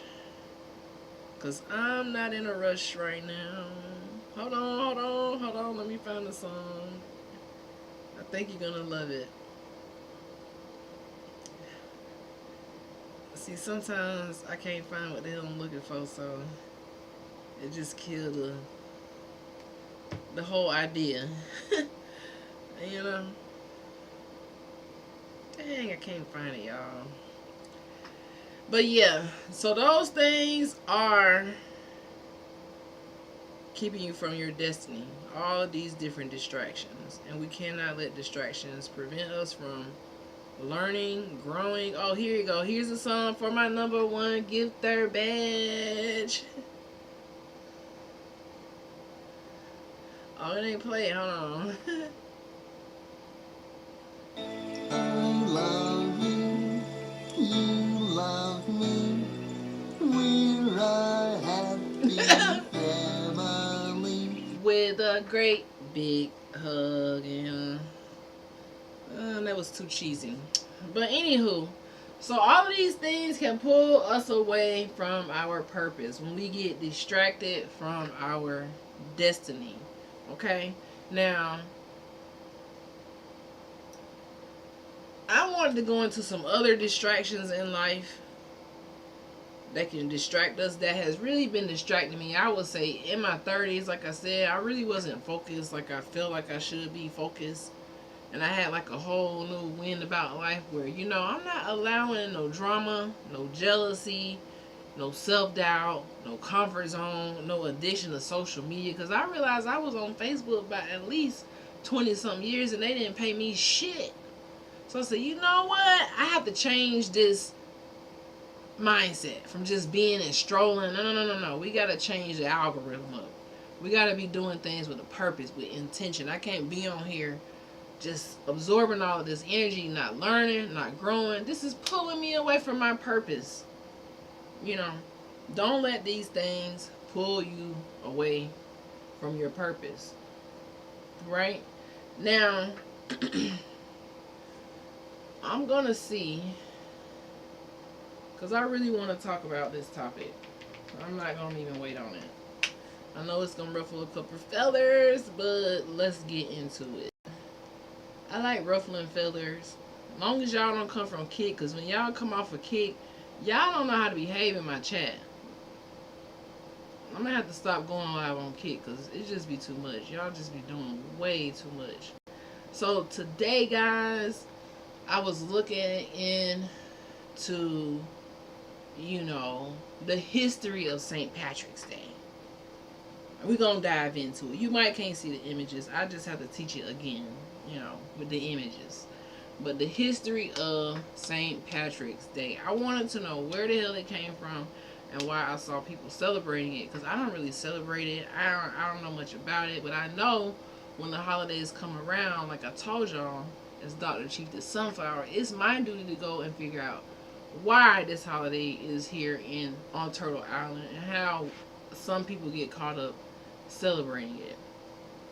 So, studying, when I asked, you know, my friend chat about St. Patrick's Day, I'm going to tell y'all what happened. And I was like, what the hell? It led me down a rabbit hole, first of all. But we're going to get into it. So grab you something to drink and we're going to talk about the history of St. Patrick's Day. Because I was more interested in the history of St. Patrick's Day. Thank you for tapping the hearts. Love loves me. It's tapping those hearts. I appreciate it. Alright, so the history of St. Patrick's Day in America. And I wanted to know how this ties to colonization and the enslavement of the Niji, of course, because I'm always invested in concerned about the Niji. So it came back and it said the original figure of St. Patrick's Day is Saint Patrick, just how the name implies, Saint Patrick. Now, Saint Patrick lived in the 5th century. 5th century is the 400s, right? I always used to get confused with the centuries because it says the 5th century, but it's really like the number behind whatever century they were talking about. So they say the 6th century, they talk about 500, like 536. If they say the 7th century, they talking about 600s. So he lived in the 5th century, which is the 400s. Now, if y'all know me, I like going back to history. When I think about this time period, like the 5th century to 400s, I'm thinking about a little bit after Constantine, legalized Christianity. I'm thinking about what else during this time, like the popes, the bishops, where they had like Christianity being legalized and it was turning into something to control the people back then in Rome, right? So this is 5th century type shit. So it said Saint Patrick lived in the 5th century, and he is remembered as a Christian missionary who spread Christianity through Ireland. So this is Saint Patrick. He was a Christian missionary who spread Christianity through Ireland. Now, it says important details are often overlooked when it comes to Saint Patrick. He was not Irish originally, even though, he spread it through Ireland. He was born Roman Britain. And around the age of 16, now this is what really was like, what? He was kidnapped by Irish raiders. Sound like slave raiders, if you ask me. And enslaved for about 6 years before escaping. St. Patrick's. So he was also enslaved. He returned as a missionary and became associated with converting the island to Christianity. Yes. So that is St. Patrick's. And I wanted to know, like, how did this tie to colonization? How did this tie to the American Indians? All of that type of stuff. Because I'm always trying to figure out the connection. It said Ireland and colonization. So the story gets more complex when we look at Ireland's relationship with colonial power. For centuries, Ireland was under the domination of England and Britain. Okay? So Irish land was seized by English settlers. The English settlers, they seize all the land. They come and they just take shit, right? And their history was suppressed. And if y'all don't know, the original Irish people were melanated. Now, this is something that will throw most people off by not knowing that these people were originally melanated. Okay? So, this is when it got a little confusing for me. I was like, well, how did this holiday get to the United States? And it got here because in the 1700s, which is hundreds of years later, they, of course, immigrated over here, seized the land over here, using the papal bulls, and then they started celebrating St. Patrick's Day in 1762. Now, it get crazier because then it started saying that, it started talking about, okay, let's see where it got crazy for me. It was like, let's see.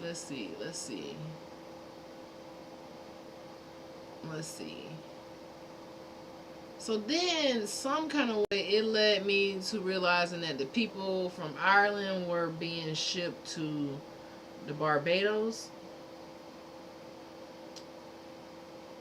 and enslaved in Barbados.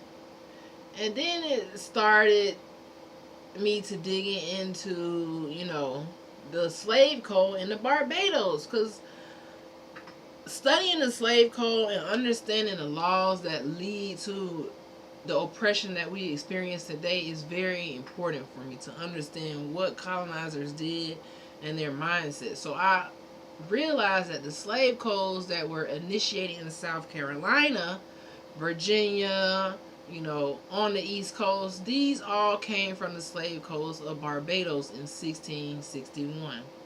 Okay? From Barbados in 1661. Right?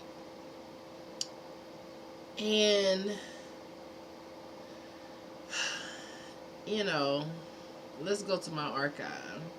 I found this book about Barbados. It's called The History of the Island of Barbados. And y'all don't know about Barbados. This is Rihanna's home island, where colonizers were in Barbados. I don't know if it's gonna really pull it up, but it gets pretty interesting. Let's pull it up. Let's pull up this book where it gets pretty interesting. It's called A True Exact History on the Island of Barbados.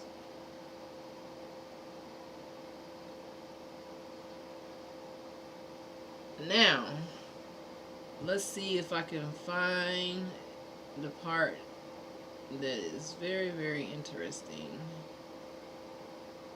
See, the thing is, I screenshot all of this earlier,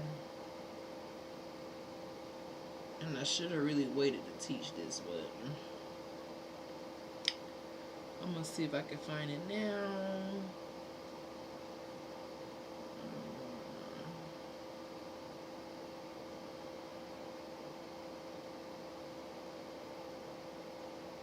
Let's see here.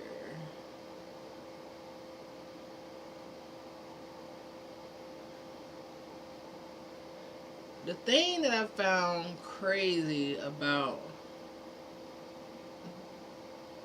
this document is there a clear distinction between Christians and the slaves.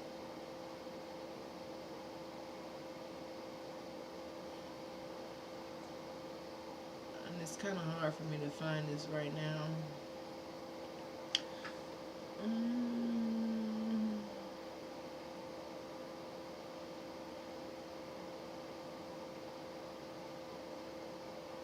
But I'm gonna find it, guys. I'm probably like rushing. But this book is like 172 pages. Just talking about the Barbados. And it's in the National Archives as well. But when they started talking about Christianity, it just got a little weird. It got a little weird for me. And I feel like I'm getting close. Okay. Is this the part right here? I think we're very, very close.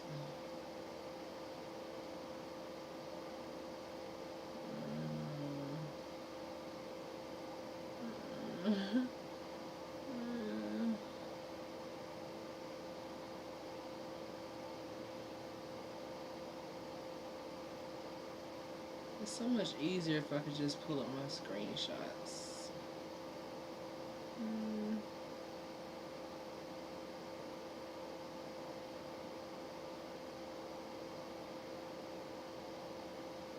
Here we go. I think I found it. It says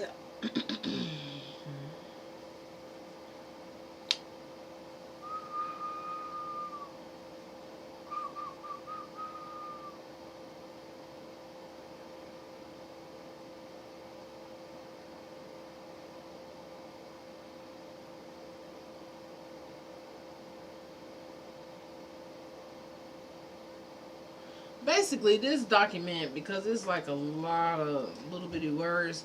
What I learned from this document is that in Barbados, right, it was illegal for the enslavers to baptize the slaves. It was illegal for them to make the slaves Christians.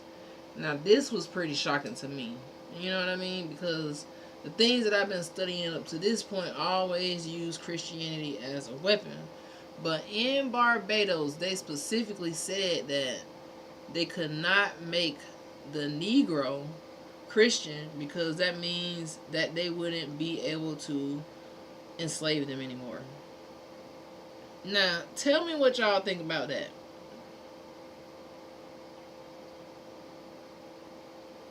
Tell me what y'all think about that. And I think I can actually pull this up on TikTok.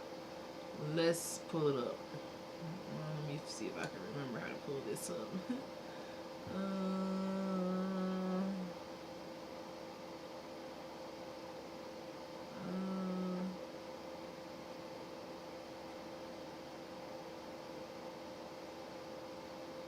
Okay.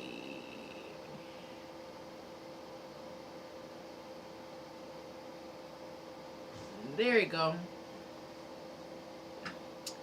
This point of philosophy. Now let me see if I can find this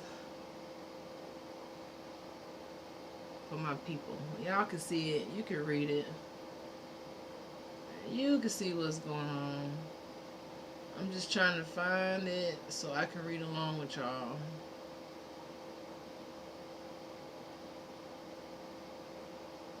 Because I thought this was so, like, what the fuck type of moment. I hope I didn't skip over this part already. I feel like I did.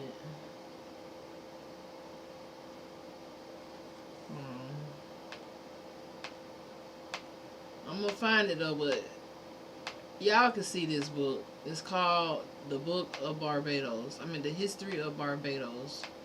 And this book is just like how they was just over there just harassing these people, and it just, I don't know, the stuff that colonizers write down, it really blows my mind.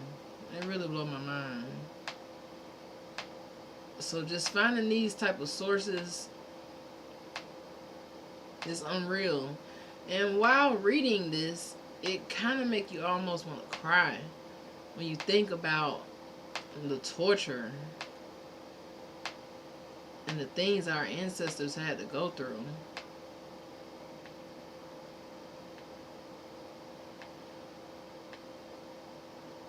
Okay, I can't find it. Exact history. I told y'all this book is super, super long, so it's kind of hard to figure out where my spot at. So just bear with me. I went all the way there for no reason.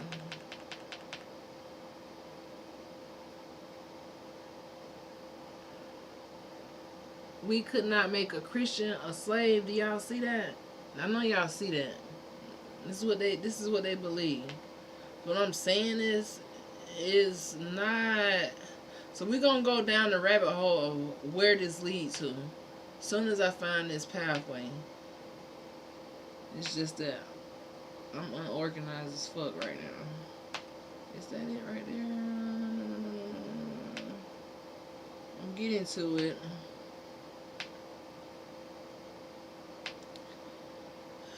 Because I found this book today.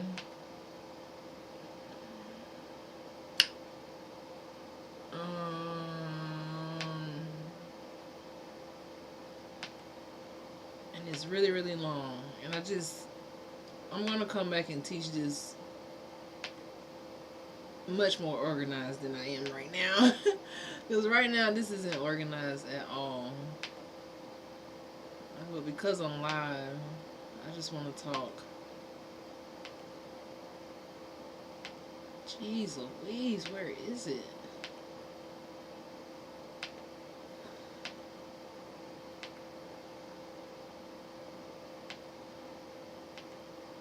I think I must have read a lot of pages. Because I still can't find it. Oh, is this it? The point of philosophy. Yay, I found it. Okay, so let's read this page and see what the hell was going on in Barbados, y'all. Let's see what was going on. Let's see if I can.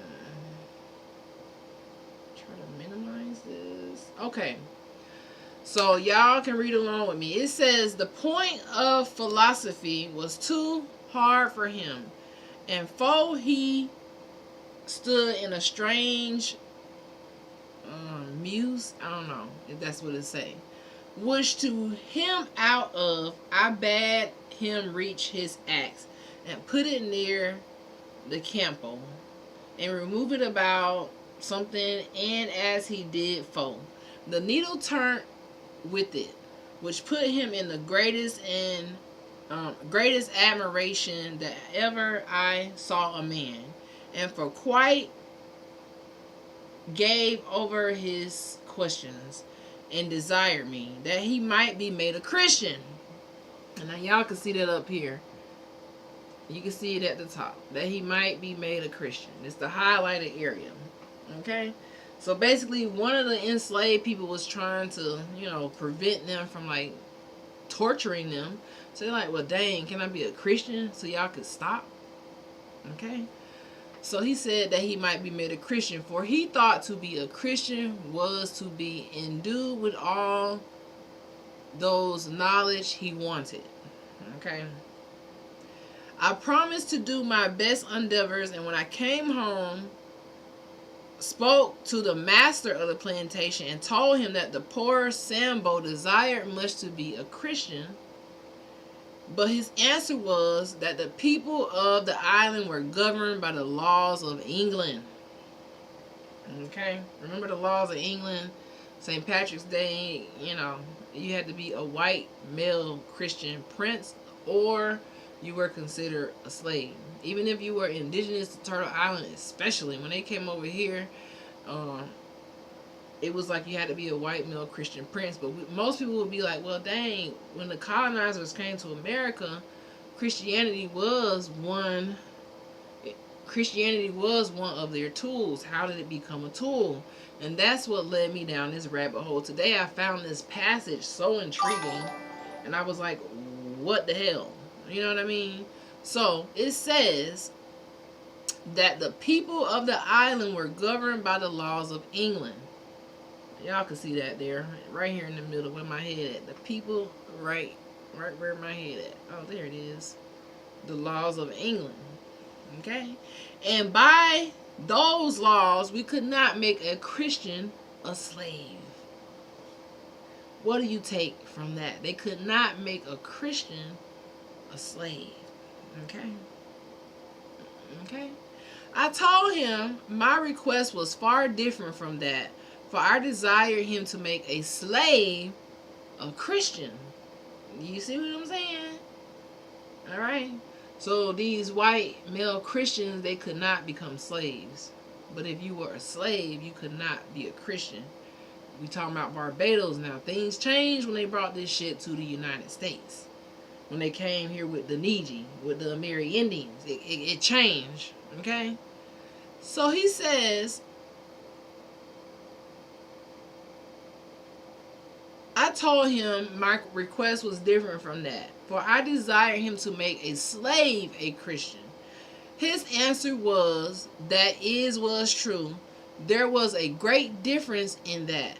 But being once a Christian, he could no more account him a slave.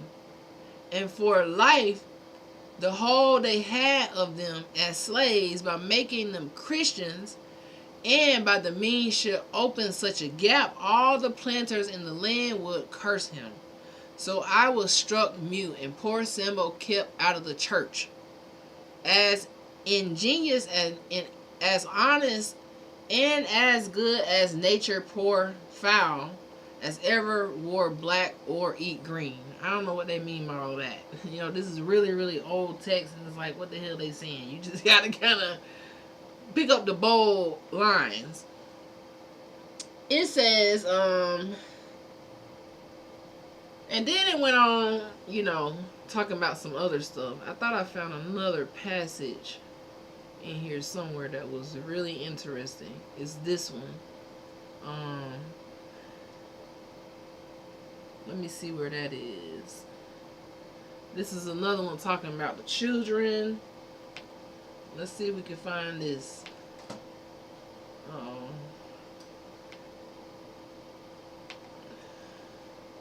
Here we go. Now I'm going to read it from the top. We on this new page, right? It says, children when they are first born have the palms of their hands and the soles of their feet of a whitish color, and the white of their eyes a bluish color. Not unlike the eyes of young kidling, but as they grow older, they become black. Their way of reckoning their ages or any notable accident they will remember is by the moon, and for accounting from time of the child's birth, the time they were brought out of their own country, or the time of being taken prisoners by some prince or potentate of their own country, or any other notorious accidents. It was just talking about how they would take their kids. So I don't think that's the one that I wanted to get into next. So let me just keep going. I think it's this right here.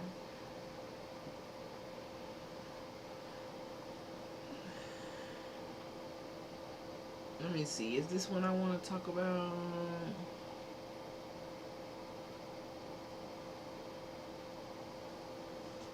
Yeah, these words, it get a little confusing. Let's go to this page right here. And then I think I'm going to be done with this for now, because I need to get it together. But we're going to go to this page, and then we're going to move on to what happened when they brought, you know, the slave codes from Barbados to the United States. Now, I'm going through this book here. They have a lot of screenshots of, you know, the things that they were copying and recording. But one thing that really stuck out to me was this page right here that we on right now, because they would calculate, you know, how much money they needed. Here you see in this book in Barbados, they were calculating how much resources they were stealing, right? Does it have any merit? You mean like the book, or because this book comes from the Library of Congress and the archives. It's definitely like a historic book. Let me show y'all how this book look actually. Let me show y'all. It's this book right here.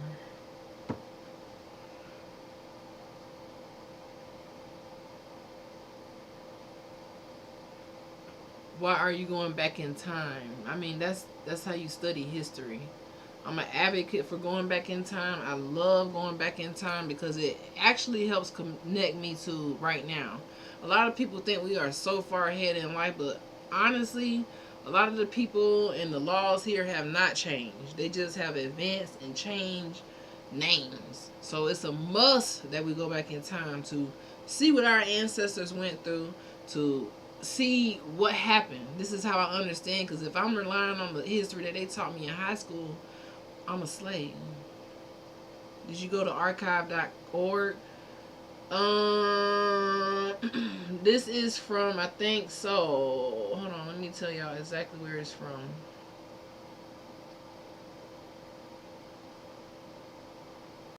I don't want to lose my spot though. I'll tell y'all where it's from. Of course, my computer want to go slow. This is from, yep, archive. Archive.org. Yep, they have a lot of books of antiquity. Exactly. So I have a lot of these books. They are very reputable. You know, have you read a short account of the destruction of the West Indies? Bartholomew de las Casas. I think I seen that book. I have that book. I have so many of these books. That one got me. Yeah, I need to look into that. But I think I have a... So this is where I found the Christopher Columbus journal at.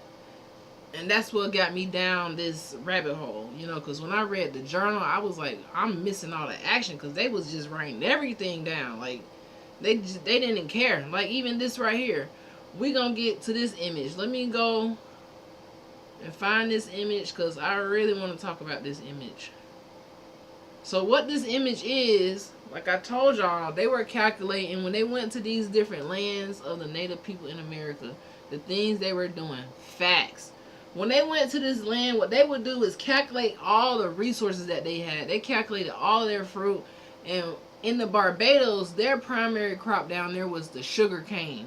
So they were stealing all their sugar cane, stealing all their land, making them work for it. And they would calculate how much profit they was going to get from making these people work for free, you know, and torturing them, right?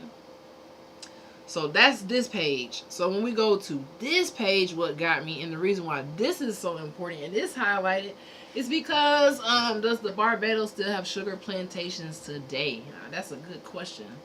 I'm not sure. Florida still has cotton plantations. Lots of them, might I add. Not just one or two. When I go, I'm like, damn, y'all just gonna keep the plantations up, huh? Yeah. So I'm sure they probably still have people down there living off of this same land. But what this image is, let me pull up my notes so that I can follow along, because I think it's very, very important. And the things I point out from these books, I point out things that's like freaking crazy. Like, what? You gotta be kidding me. But they were not kidding. They were dead serious about stealing the land, the people, the resources, the trees, the plants, the animals. They were dead serious. That's the one thing I can say. They calculated it all to a T. You know, just straight savage behavior. And what you're going to see here on this is how much they calculated each person to need for like clothes and shoes. And you're going to see a big distinction. So I think this is it right here. Now let's go over this image. Now, this says in the island of Barbados, you can see at the top. Y'all can see at the top, right? Let me see if I can move. Counting people in their clothes. Oh, they were preparing to buy them stuff. They needed to buy their slaves clothes, right? Let me see if I can move out of the screen. All right. I can't move out of the screen. So, it says an account of experiences, it's weird words. For the Christian servants, so they had to buy clothes for their Christian servants. They had to buy clothes for the men and women. And remember, in Barbados, the Christian servants were not the slaves, because you could not be a Christian and a slave. Now, hold on to that thought, because we're going somewhere with that thought. This really blew my mind today. You could not be a Christian and a slave in Barbados. They were that evil in Barbados where you couldn't even, that was illegal. It was like, no, you're not white, you are a slave, you know, until they realized that slavery and Christianity together made people obedient. They use spiritual bypassing all of the time, or religious bypassing, to do some sick facts. They did. And this is where we get into with this topic right now.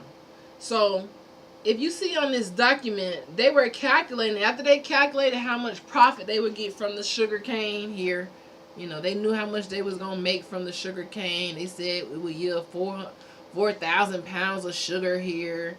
You know what I mean? They had 55,000 acres. You know, they was calculating all of these people's shit, right?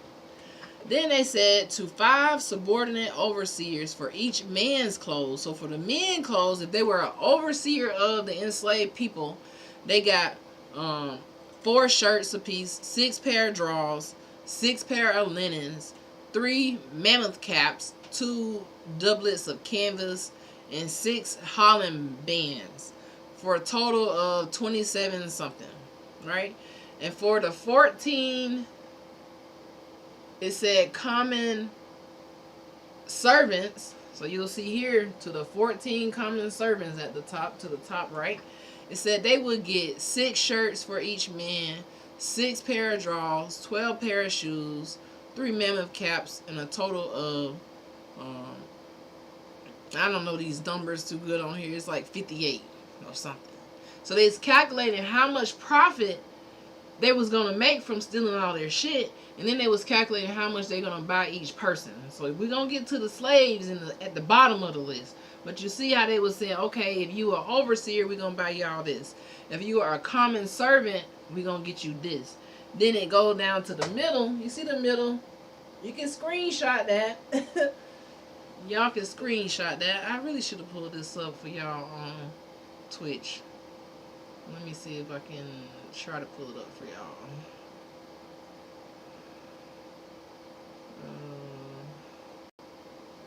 Yeah, let's try to pull this up.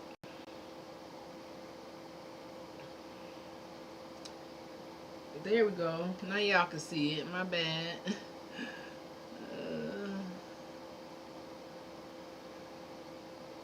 My bad.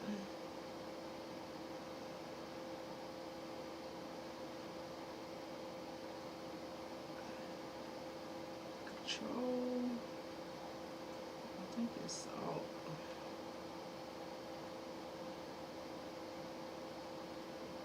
Anywho, I'm gonna have to move on because my window capture is not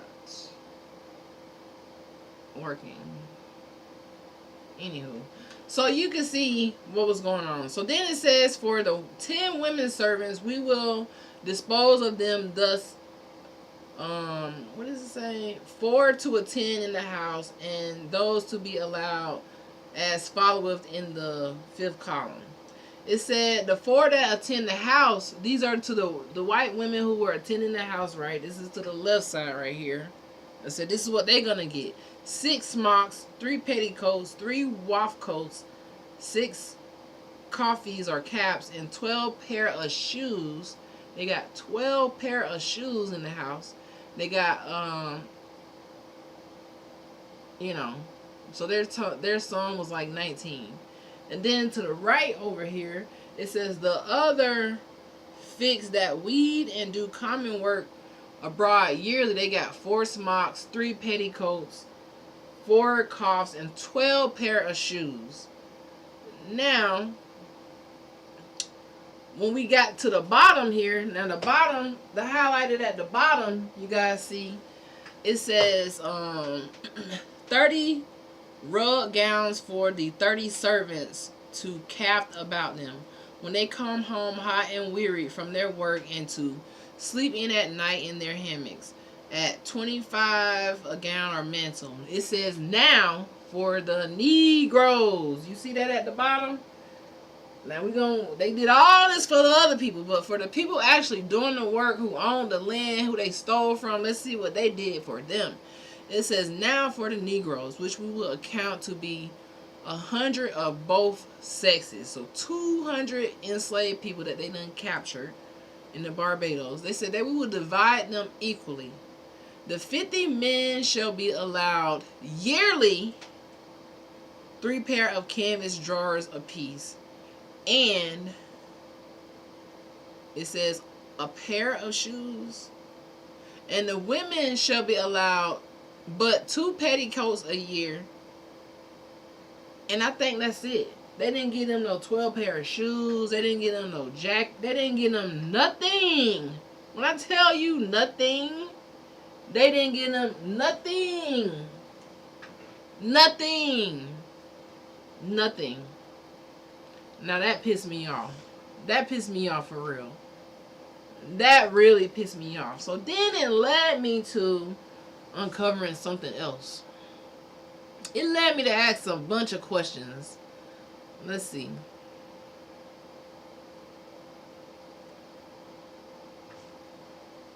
How Barbados law used Christians. So y'all can see that.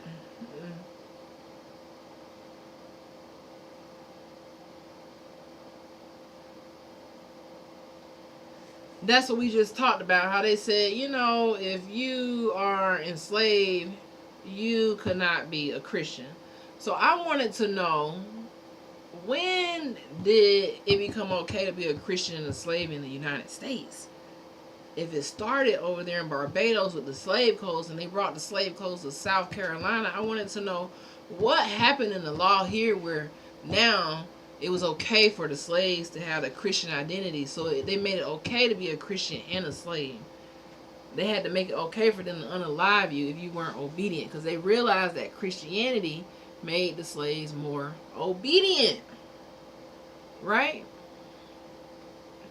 Let me see. Alright. So they used Christianity to decide who could be enslaved. Let's start here. I'm trying to see if I'm covering all my bases, because this is a lot when we talk about. Hold on.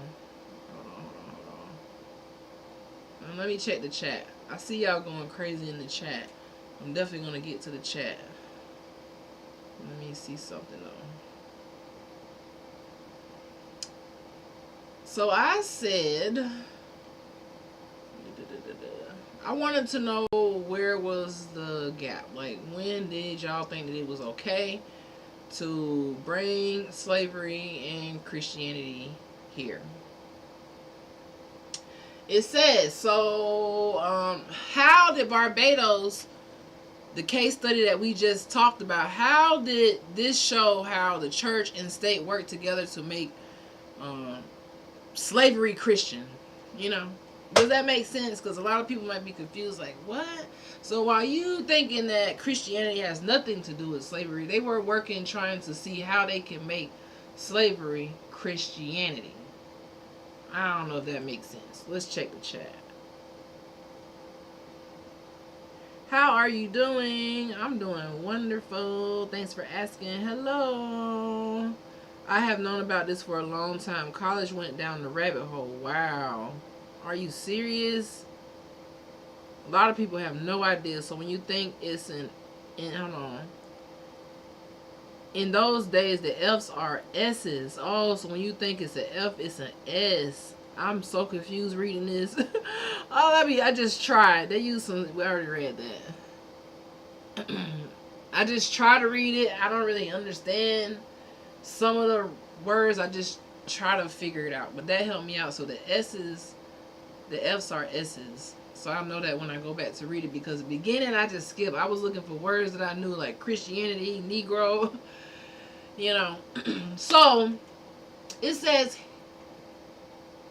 this is how the Barbados case study shows how the church and the state work together to make slavery Christian. I don't think y'all understand that. This is how they work together to make slavery Christian. Because remember, in the Barbados, what we just read, when they were colonizing this land, stealing the land, making these people POWs and calling them slaves, you know, bringing in people from Ireland and doing all this evil shit. Did you double check AI Perplexity makes mistakes? I would go Chat GPT or Gemini. Yes, so with me, I do Chat and I also do Perplexity.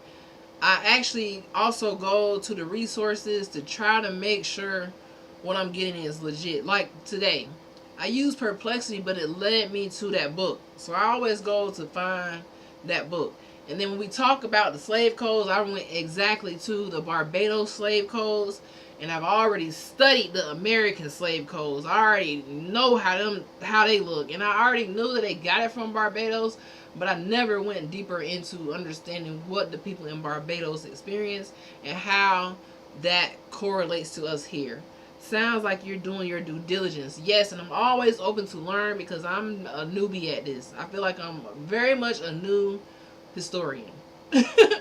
But the fact that I want to learn regardless is going to make me so much more knowledgeable than somebody who is closed off, because you know what? Oh no, I'm a Christian. I can't read nothing else. I want to know what the truth is. I don't want to learn lies for the rest of my life.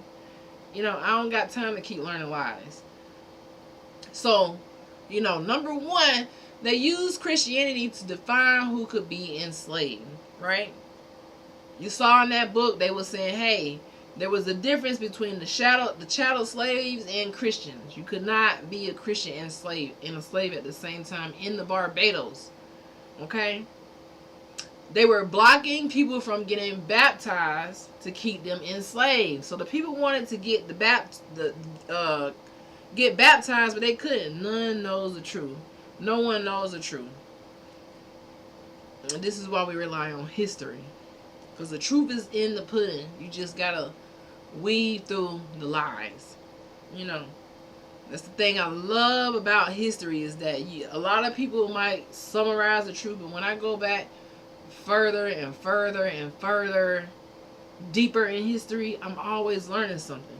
Because the one thing these colonizers did was they tell the truth about their evil. So you gonna know a truth about their evil because it's a bragging right.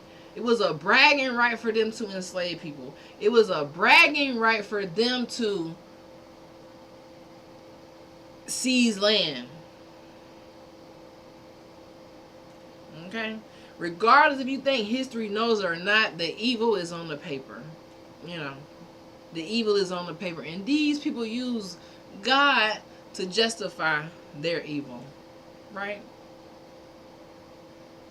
The Vatican, the popes, they all had something to do with global colonization. You gotta know this. You gotta know this. It's something that you can't just say, well, that's cool, but I don't want to care about that because I gotta know what y'all did to my damn ancestors. Okay? Okay? So, blocking baptism kept people enslaved. Right? Y'all saw in that book where they said, hey, you can't be a Christian and a slave at the same time. It just can't happen. When they made the 1661 Barbados Slave Code, it was called an Act for Better Ordering and Governing of the Negroes. Okay? Legally, the Negroes and other enslaved people could not be Christians. It was a legal status that they could not have. Okay? Now, when they brought that to the United States, something happened where they were able to make the enslaved people Christians because they wanted to make them obedient. Now, this is where it get kind of crazy. And a lot of people will deny it. A lot of people will say, oh, no. It's so hard to let go. Listen, I was born and raised in the church. You feel me? I was born and raised in the church. But now when I go back and I read Christopher Columbus and how they talk about these type of things, it's just sad. It's just like a mind control thing. It just pissed me off for real. I ain't gonna hold you. It pissed me the fuck off, man. Right? It really pissed me off. It really pissed me off. So, in America or in the United States, they never made it illegal for slaves to be Christians in what became the United States. They never made it illegal here. So they changed the law so baptism and Christianity would not threaten slavery. Oh yeah. So they changed the law so that the baptism and Christianity would not threaten people being trafficked, raped, kidnapped. You know how it go. Lynched. The violence. They made it so that the Christians could still do violence to melanated people who thought they were Christians because they just wanted them to be obedient. Many owners actively promoted a tightly controlled version of Christianity to keep the people obedient. Please understand this. Alright? They had to keep them obedient. The slaveholders did it to keep the enslaved people obedient. To keep the people who were free, the Amerindians, obedient. To ban their tribal wear. To ban their history. Right now they're doing something in Florida where they're banning history in Florida. They ban all of this so that you could be more Christian-like and obedient. I hate to break it to you, but it is what it is. Okay? They wanted to change them from dangerous to a useful Christian is what they said. A useful Christian. Now, how did they do this, guys? Because this is where it get a little bit like a hard pill to swallow for me. It's like, what? What? So after they removed the legal ambiguity, meaning that you could be a Christian and be a slave, and then the people didn't feel so bad, it's like, well, I'm a white male Christian prince. I'm seizing these people. I'm whooping them. I'm doing all this. Can I do this? And they're like, yeah, you can do that. You could be a Christian and they could be a Christian and you could still do whatever you want to them. You can still have the slave raiding, the slave catching, the slave patrolling. Even the slave patrols are Christians. You know, a lot of those presidents who were enslaving people were Christians. A lot of the churches had people enslaved under the church. Oh, yeah. The Vatican was responsible for enslaving people. Yeah, the Vatican, the Pope, those bishops from back in the Roman time, they were responsible for these atrocious acts. So after the legal ambiguity was removed, more missionaries and white ministers pushed evangelization of slaves, guys.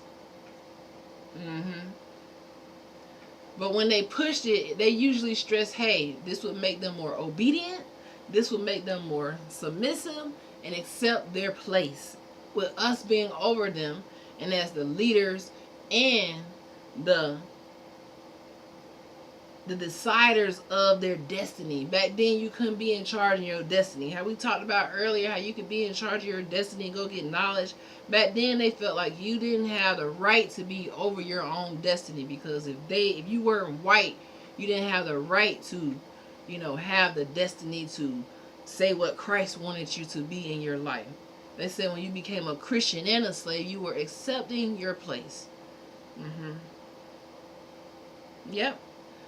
In the South, the laws said in the South they had to regulate black religious life. Because after they made it okay for you to be a Christian, they said we have to regulate it. Now, this is the thing that's crazy for me. They restricted gatherings. You can see that with the slave codes. They got this from Barbados. They restricted gatherings. They restricted black preachers. They restricted unsupervised worship. You could not go to church how you do now with no supervision. No, they had to have, what was it called? The church warden. Sound like the prison warden? Yeah, in church though. Yeah. Yep. They were showing that authorities wanted slaves to be Christians, but on white terms and under white control. That was the only way that you could switch over. But see, the people were thinking, hey, if we switch over, they was going to stop beating them. They was going to stop, lynching them. They were going to stop harassing them. But it didn't work that way, because they felt like their God was different from their God. And in their eyes, their God made it okay for them to hurt you. That's like even in Barbados, they had a law where you couldn't hit a Christian, like the slaves couldn't hit the Christians, or you would be jailed and fined. It's just crazy, these things these people wrote down. It's really mind-blowing. It really is mind-blowing. And that's why somebody said, well, why go back in time? Why not? What we gonna study? What Trump writing right now? Why not go back and understand what your ancestors went through? Why not go back and understand the fabric that made this place so ungreat when it was colonized, when it was seized by people who thought that melanated people didn't amount to nothing but free labor?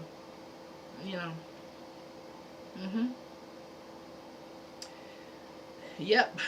In the 1800s, not that long ago, pro-slavery theologians.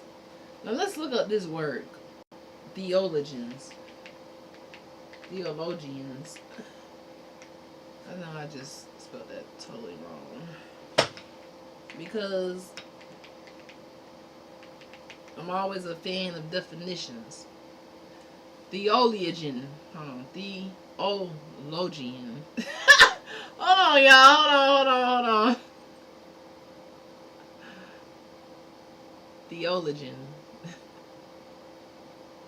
Why won't it say it?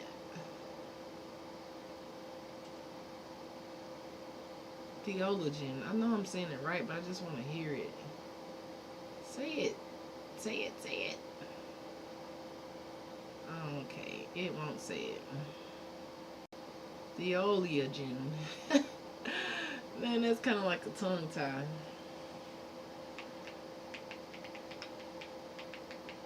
Theologian.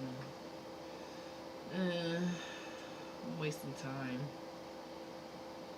Let's see. Theologian.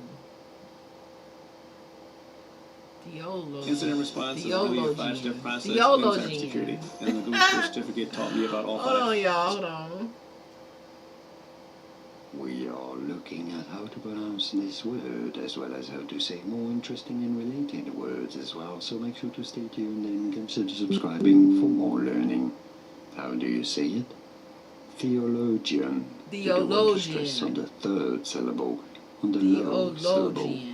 Theologian. Pretty straightforward once you know. Theologian. Theologian. Okay. All right. Sometimes you gotta do that. I have to do that because I don't know everything. So, theologian. So, let's go back to where we were talking about theologians. It says, where was I? Theologian. It says in the 1800s, pro-slavery theologians argued that slavery was God ordained. Oh, that whole sentence just made me want to just punch somebody in the throat right now. How y'all thought that? Oh, we didn't even say what the theologian was before I went on a tangent spelling it. Theologian. Now we know how to. Now I know how to say it. Now we want to get the exact definition of this word. Theologian. A person who engages or is an expert in theology. Okay, that's what a theologian. They're expert in theology. Now I'm assuming that theology is the study of religion or spirituality. You know, I'm just saying that. But it's the study of the nature of God and religious beliefs. Are you serious? So if theology is the study of the nature of God and religious beliefs, and these colonizers and these pilgrims and these monsters, they came over here and they said, well, hey, we the professional, it said pro-slavery theologians argued that slavery was God ordained. They saying they studied God and they knew that slavery was God ordained. Fuck out of here, man. Come on, man. Come on, man. Not around here, partner. Not around here. Not around here. Not around here, partner. I'm trying to figure out. What do you mean by that? What y'all mean by that shit? What do y'all mean by that? What do you mean by that? Let me see if I can catch y'all up over here.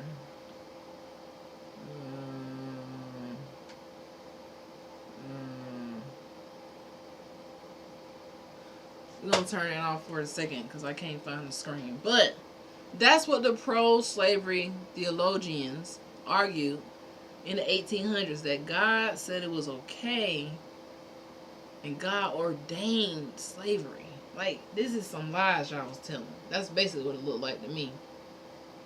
And it says that bringing the American Indians, I'm going to call us, the melanated black people, into slavery was actually a way to Christianize them. Flipping the original concern on his head. What is y'all talking about? A way to Christianize them. How? So y'all now saying, okay, well, we was first thinking that, you know, they couldn't be a Christian because they were slaves. And then now we're thinking they could be Christians because God ordained it now, because it's a way to Christianize them by making them a slave. You know, the shit that I be reading, it really be throwing me for a loop, and it be pissing me off at the same time. Because what do y'all be talking about? This is y'all theologians talking like this, like y'all know God said lies. It's kind of like when they came up with the term, when they psychiatrists and stuff came up with the term drapetomania, because people didn't want to be enslaved. They said, oh, well, they're running away. They must have a psychological disease. I'm guessing y'all thought God told y'all that too. You know. So, this led me just to look at more into the theology, theologians, how they was lying, how they were editing the Bible. It says that when they brought Christianity to the United States and they were trying to, kill the Indian, save the man, make the man a Christian, make the man docile, make the man broken spirited. Because Christopher Columbus said their only goal was to get in the Bible and break their spirit. You got to go read his journal on your own so you can see how evil he was. But that was the whole goal when he came. He was like, we got to get in the Bible and break their spirit because they're too happy. They don't know nothing about unalive, and they don't know nothing about the hate that we have. They don't know nothing about all this evil. So we have to introduce it to them. We have to kill their destiny. We have to prevent them from dreaming big. We have to make them feel like being a slave is ordained by God. Fuck out of here, man. Wrong with y'all. It said in the British Caribbean, they had the slave Bible, where they cut out passages like Exodus, and they focus on more texts about submission, so the Bible can become a tool of control. You see what I'm saying? It's like, if we listen to the theologians that y'all got, if we going by the history of what y'all use Christianity for, I can't trust nothing you got going on no more. I can't trust nothing they got going on no more.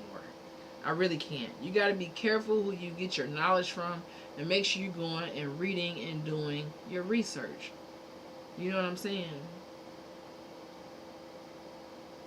Now, it goes then to say they tried to allow just enough Christianity to make slavery seem ordained and to stabilize the plantation. Okay, because there was an uproar, because we were not going, we were unconquered, we were not folding, the Choctaw, the Creek, the Blackfoot, the Seminole, the Muskogee, we was not going. We was like, no, it's up, it's war. They had to really fight.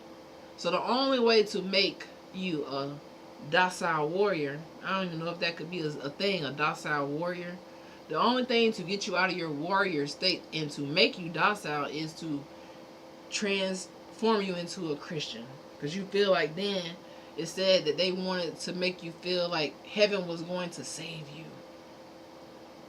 Not my words. This is colonizer words. This is why it hurts so deep. Because most people are like, what the hell? Yes, the hell. Go read it for yourself. I'm talking about just do a little bit of research. Just do just a little bit. And you will be so shocked. So shocked. Now, then I said, I want examples of censored Bibles and the pro-slavery sermons that they approved. Because when they was saying you had to go to church, you had to go to word, you couldn't gather, you had to have the the church warden there, you had to have the slave raiders watching over the sermons to make sure the pastors wasn't trying to make the people revolt. It was a lot of requirements when you were a Christian in the beginning. Now they just trust you to be obedient. Now they know you too scared to revolt now. They know you ain't going to church for that. They already know you docile. But back in the day, with our ancestors didn't play. They had to watch them like a hawk. I'm trying to tell you. Okay? So they thought that they could trick them with the slave Bible. So the British missionaries in the Caribbean used an additional title, selected parts of the Holy Bible for use of the Negro slaves in the British West India Islands, called the Slave Bible. Just Google it for yourself. In the slave Bible that they gave to the people in the West Indies and the islands, the Bible removed about 90% of the Old Testament and over 50% of the New Testament, cutting out anything that might encourage hope for liberation or equality. What the hell is that? So they removed most of Exodus, many Psalms, Revelation, and texts like Galatians 3:28. It kept stories about normalizing slavery, like Joseph being sold, passages about obeying authorities. This is what they wanted to portray once they said, okay, you could be a Christian, but only on my terms. Okay?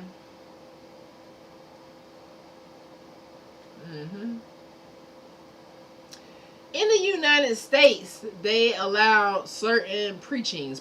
They called it pro-slavery preaching. How? How could you use the Bible to do pro-slavery preaching? I'm so confused by that, even alone. You get what I'm saying? It's like so sickening, man. In the United States, Christian slave holders lean on a small set of text that they approve for you to read, especially Genesis 9, curse of Ham, and the New Testament's commands like slaves, obey your earthly masters. To present slavery as God's design? Come on now. Come on now. No God, no spiritual being that is the head of my life is going to allow another motherfucker to enslave me. And then I'm going to actually believe it. Some people be like, well, you know, God, no. Let's not talk about it. I don't think you guys should be in charge of what God is saying. I really don't think y'all need to study theology because you got this shit all backwards. First of all, colonizers, these people who was making up all this stuff, the slave Bible, all of this and the that and the laws and the slave codes, all of y'all don't understand one simple thing about life, and it hit me. You don't understand something so simple about life. That's called humanity. Y'all don't even understand kindness. How the hell you gonna understand God when you first don't even understand kindness? How could you understand God? How could you understand anything spiritual when you don't even understand kindness? I'm talking about, somebody said, why go back? Well, that going back bring you back to where you are now. You'll see why these people believe that they better than you. You'll see why they feel like they more higher than you. You'll see why they feel like you're not equal. You'll see why people have to go from hood to hood and break generational curses, because it's a spiritual fight for the Amerindians. That's why so many people wake up and they be mad as fuck. Like, I can't believe they got me so bamboozled. They got me so wrapped up in the matrix where I'm obeying my slave master and I don't feel no type of damn way about it. Because I didn't know the history, because they ain't going to teach me the history. The only thing they're going to say is Christopher Columbus discovered America. Well, meanwhile, who the hell are these people that y'all enslaving in the Barbados? Who the hell are these people all across Turtle Island with the mounds, with the pyramids, with all of these different structures, with all these different inventions that you're using? Who are these people that you continue to want to erase and say that God told you to enslave them? Stop the fucking lies. I really need y'all to stop the fucking lies. Okay? Now, one of their sermons told them that enslaved hearers that if they bore punishment patiently, oh, now this one gonna get a lot of y'all who's just wait for someone to save you versus you saving yourself. This is why Frederick Douglass realized his slave owner said, damn, if I teach him anything, he won't be enslavable anymore. If I teach them to read, which is why they banned reading, they won't be dumb anymore. But the problem now is a lot of people don't want to read on their own. Nobody holding no chains behind your back. Nobody's stopping you from being great. It's you stopping you from being great. It's you preventing your own self from walking into your destiny. Because you remember that list we talked about earlier? The jealousy, the self-doubt, the bills. You got so much shit in your head that you stopping your own self from being great. They ain't even got to show up with the church warden no more. They don't got to show up to your church with the slave master no more. They don't got to show up with the slave raider no more, because you're going to be obedient on your own. You don't even need them to hold your hand no more. You a full-blown obedient Christian slave. Okay? Let's talk about it.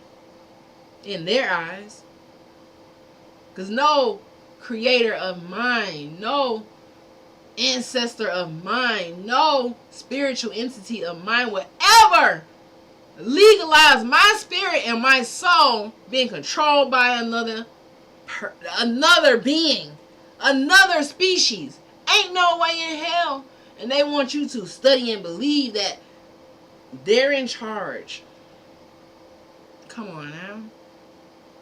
Now, let me go back to what I was saying.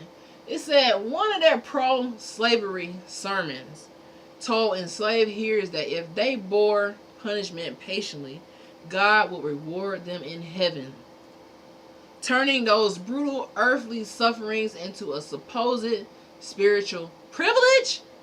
This is psychotic.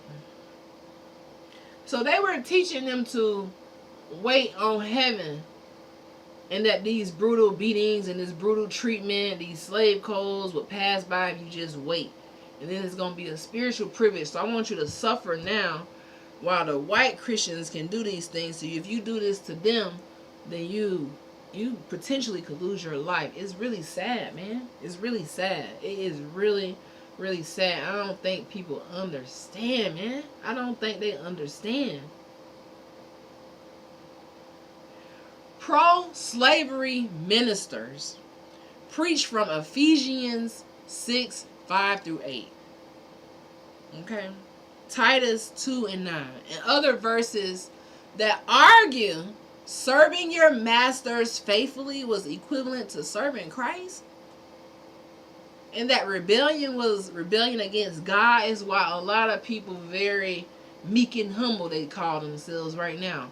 They obey everything the colonizers say right now. They'll turn on their own family and friends in the name of their Lord. They will. They argue that serving the masters was equivalent to serving Christ in these sermons. It's sad, man. It's sad, man. It's sad. So you can imagine generations of that is going to create generational curses where people feel like they have to be docile, they have to be obedient, they can't do nothing wrong, they could just get brutalized and, all these things by a whole nother person, and they can't do anything about it because they're waiting for a spiritual privilege later. They're making you miss out on heaven on earth by claiming that you have to suffer now. It is really, really sad. It's really sad. It's really sad. It's really sad, man. Now, I wanted to know, why do people ignore this? Why do we as a society, as a culture, continue to ignore this fact? Why do we stay tied to something that is holding us down so bad spiritually? Now, this, what I'm talking about now, is a spiritual discussion. It's going to go over a lot of people's head because it's very, very deep. This is why I go back and I read these, how these people viewed us. This is why you got to know your enemy, because I'm trying to figure out how dumb you think I am. And according to what I've been reading, they feel like the things that they said was we was docile, we was dumb, we was just going to fall for Christianity. All they need to do was use the Bible on us. So this is why I can't get down with it, because the colonizers thought this was their biggest weapon. Is it though? Because you got so many people like, wait.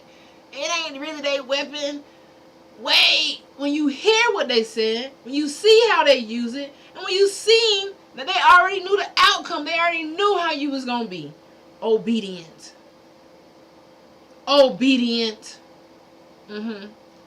Why do people ignore it or defend it was my next question. And we have a list of why people ignore it. Why do they defend it? Because, like I told you, I came from a Christian background. Church, sometimes 7 days a week. I didn't understand it then, but I understand it deeper now. I understand why they would take out the books where Jesus was in the church throwing the tables over. Because he's like, what are y'all doing in here? They took those books out because that's not a sign of obedience. Do you feel me? Okay. So number one is identity and belonging. For many people, Christianity is a family, a culture, a community. If the church's past is deeply evil, which it is that we're discovering, it feels like saying their parents, their heroes, their self is evil. And you're not. It's just that we've been tricked by colonizers. Period. That's it. I felt the same way, like, oh my gosh, I can't believe, like, I've been tricked like this. Like, it can put you in a place where you are confused, like, you like, what the hell, because your whole family believe in this. But see, I came to a point now where I can't continue to walk off the bridge with y'all ass. I can't do it. I can't continue to believe in something when I'm reading what they really thought. Hell no. I ain't finna keep walking off the bridge with y'all ass. I'm sorry. I can't go. If they're gonna think that God told them that making me a slave is a better Christian, fuck you. Period. Do you hear me? What you got to say to him? Tell him. Not around here, partner. Not around here, partner. Not around here. Okay? Not around here. Another reason why people ignore or defend it is because of cognitive dissonance. What is that? It sounds very psychological. Cognitive dissonance. People hold God is good, my faith is good alongside Christians built slavery, colonialism, abuse, and a clash that is painful. Okay? They do that to reduce the tension. They try to reinterpret it, or they simply don't look. For me, when I was in that identity, I simply didn't look. You know, but I felt the whole demonic spirit over my life. Like, it just, like, I just felt it. But there is some type of deep-rooted lies that they don't teach, that they don't talk about, and that they will not go down. But for me, I need to know what is going on. I need to know about why, what was his name? Constantine legalized Christianity in 313 CE. I need you to look it up. Did Constantine legalize Christianity in 313 CE? Yes, he did. Go look it up. Yeah. The next reason why people ignore or defend it is because of selective stories. Official teachings, sermons, popular Christian histories, you know, they downplay the conquest and the slavery. So many people have not confronted the full record of where this stuff come from. And the last one is because theology is a shield. So theology is the study of God, the person who created us. But my thing is, I can't get my study of theology from a colonizer who believes that God told them that they better than me. Because, bitch, no. Where? How? Right? No. Okay? Theology as a shield says that ideas like everyone is sinful, judge not, or the church is both holy and sinful can be used honestly to reckon with evil. But I don't want to be twisted up in none of that. King James, I don't want to be twisted up in none of that, man. None of it. Okay? None of it. So, I'm not questioning whether some Christians did good. I'm saying the Christian institutions help build and justify slavery and colonialism. And that has to be faced, and it can't be brushed over. It can't be brushed to the side. I can't brush it to the side. Right? And if this is really about telling the truth, guys, then the church has to be just as honest about its crimes as it is proud of its saints. It's kind of like how the United States is so fucking proud of their damn presidents and shit, but they not really honest about these people who enslave people. That's why when I did my research on the presidents of the United States, from George Washington 1789 all the way down to the first 13 of them, and realized, damn, these people really own people. And they thought it was okay to own people and then go do the State of the Union talking about equality for all while they got people chained up on their land. Fuck out of here, man. I don't respect y'all presidency. Damn sure don't. Y'all think Donald Trump doing something bad? What? All of them did something bad. How many people did George Washington have? The first one? Let's go see. It ain't hard to find this out.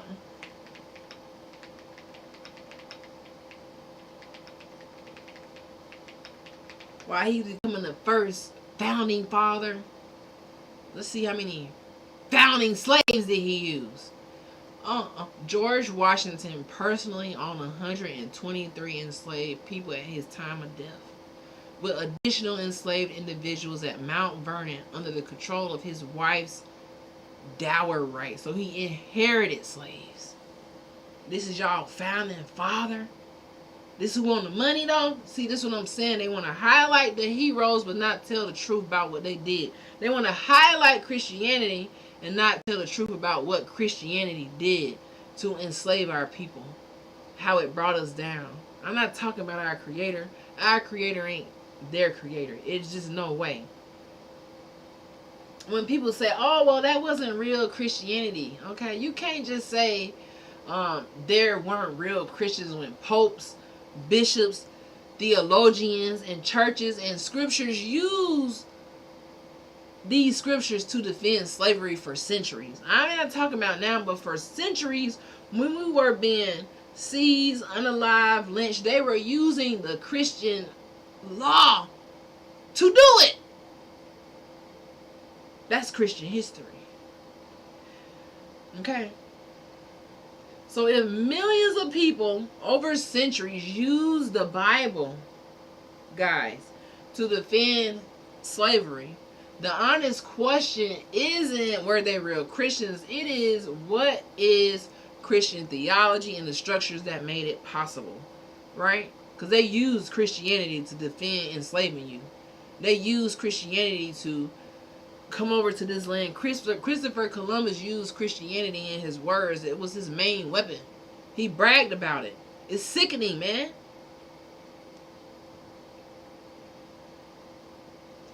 It's sickening. It's very sickening. So that's my spiel for today. I think I'm pretty much done with this topic. The whole point of this topic is you are walking into your destiny. Don't be distracted by nothing. I mean, don't even be distracted by things that even look good. Don't get distracted at all. I hate that my TikTok died on y'all again. I didn't even see it was dying, but it's a sign for me to get off of here. I got a long Monday ahead. I just had to, get off of here and get some of this live energy off. I know it's late as hell. And yeah, thank y'all for rocking with me on TikTok. I hate that it cut off on y'all. I probably won't be back tonight. I will see y'all tomorrow. This has been another Truth Telling Hood to Hooded podcast with Dr. Cheap the Sunflower. I hope y'all learned something. Don't take nothing I take personally. I'm not attacking nobody personally. I'm asking your tradition to tell the truth about, itself with the same honesty it demands from everyone else. If your faith can't survive an honest look at history, because somebody said, why go back to history?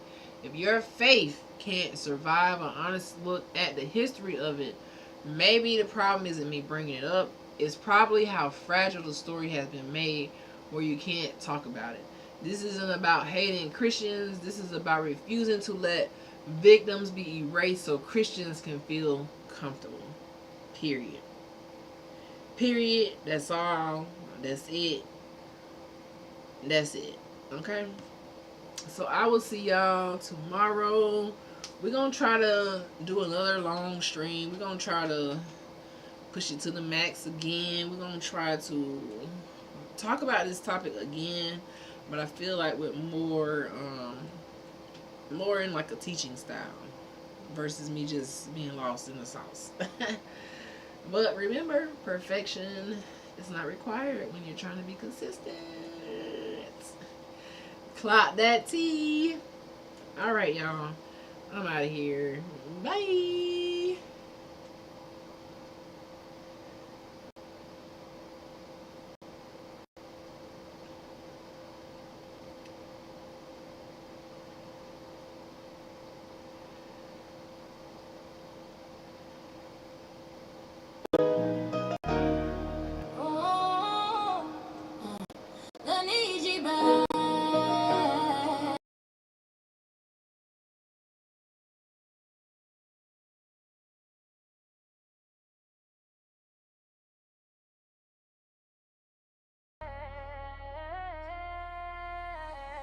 Need you back. Yeah, yeah, yeah. And you know we on that ass. Yeah, they need you back. Yeah, yeah, yeah. And you know we all blessed. The pyramid standing tall, yeah, fact. Turtle Island strong, yeah, fact. Say it loud, say it back. The need you back. History live, tried to erase us. Pages rip, but they could never debate us. Cause when we go back in them records, we pulling receipts out the bruh. Yeah, Receipt after receipt, don't blink. Copper tone of ink, don't think. Melanin glisten the sand every day. Turtle island moves when we making a play. They don't feel pain till it's them. They don't cry tears till it's them. But when it was us for all those years, they was eating off us, feeding off us cheers. Building empires off stolen breath. Smiling while we starve to death. But the truth don't drown and come back fast. That's why the past keep hunting their ass. Yeah. I need you back. Yeah, yeah. You know we out that ass. Yeah. I need you back. Yeah, yeah. You know we all got glass.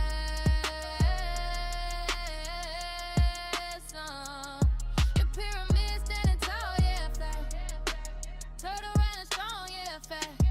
Say it loud, say it back. I need you back. American Indian, let's begin. Not pretend, not blend, not bend. Been here millions, yeah, billions old. Before your borders, papers, lies got told. Before the ships, before the chains, before they put false names on pain. We the land of bone, the seed. You can't copyright blood or creed. They try to rename us, box us in, erase the truth and profit in. But memory live in the soil deep. Every mouth still got secrets to keep. So when we rise, it's ancestral math. Every step forward, undo the past. We ain't asking, we taking it back. Say it with me, I need you bad. Need you bad, need you bad, need you bad. Oh, yeah. I need you bad.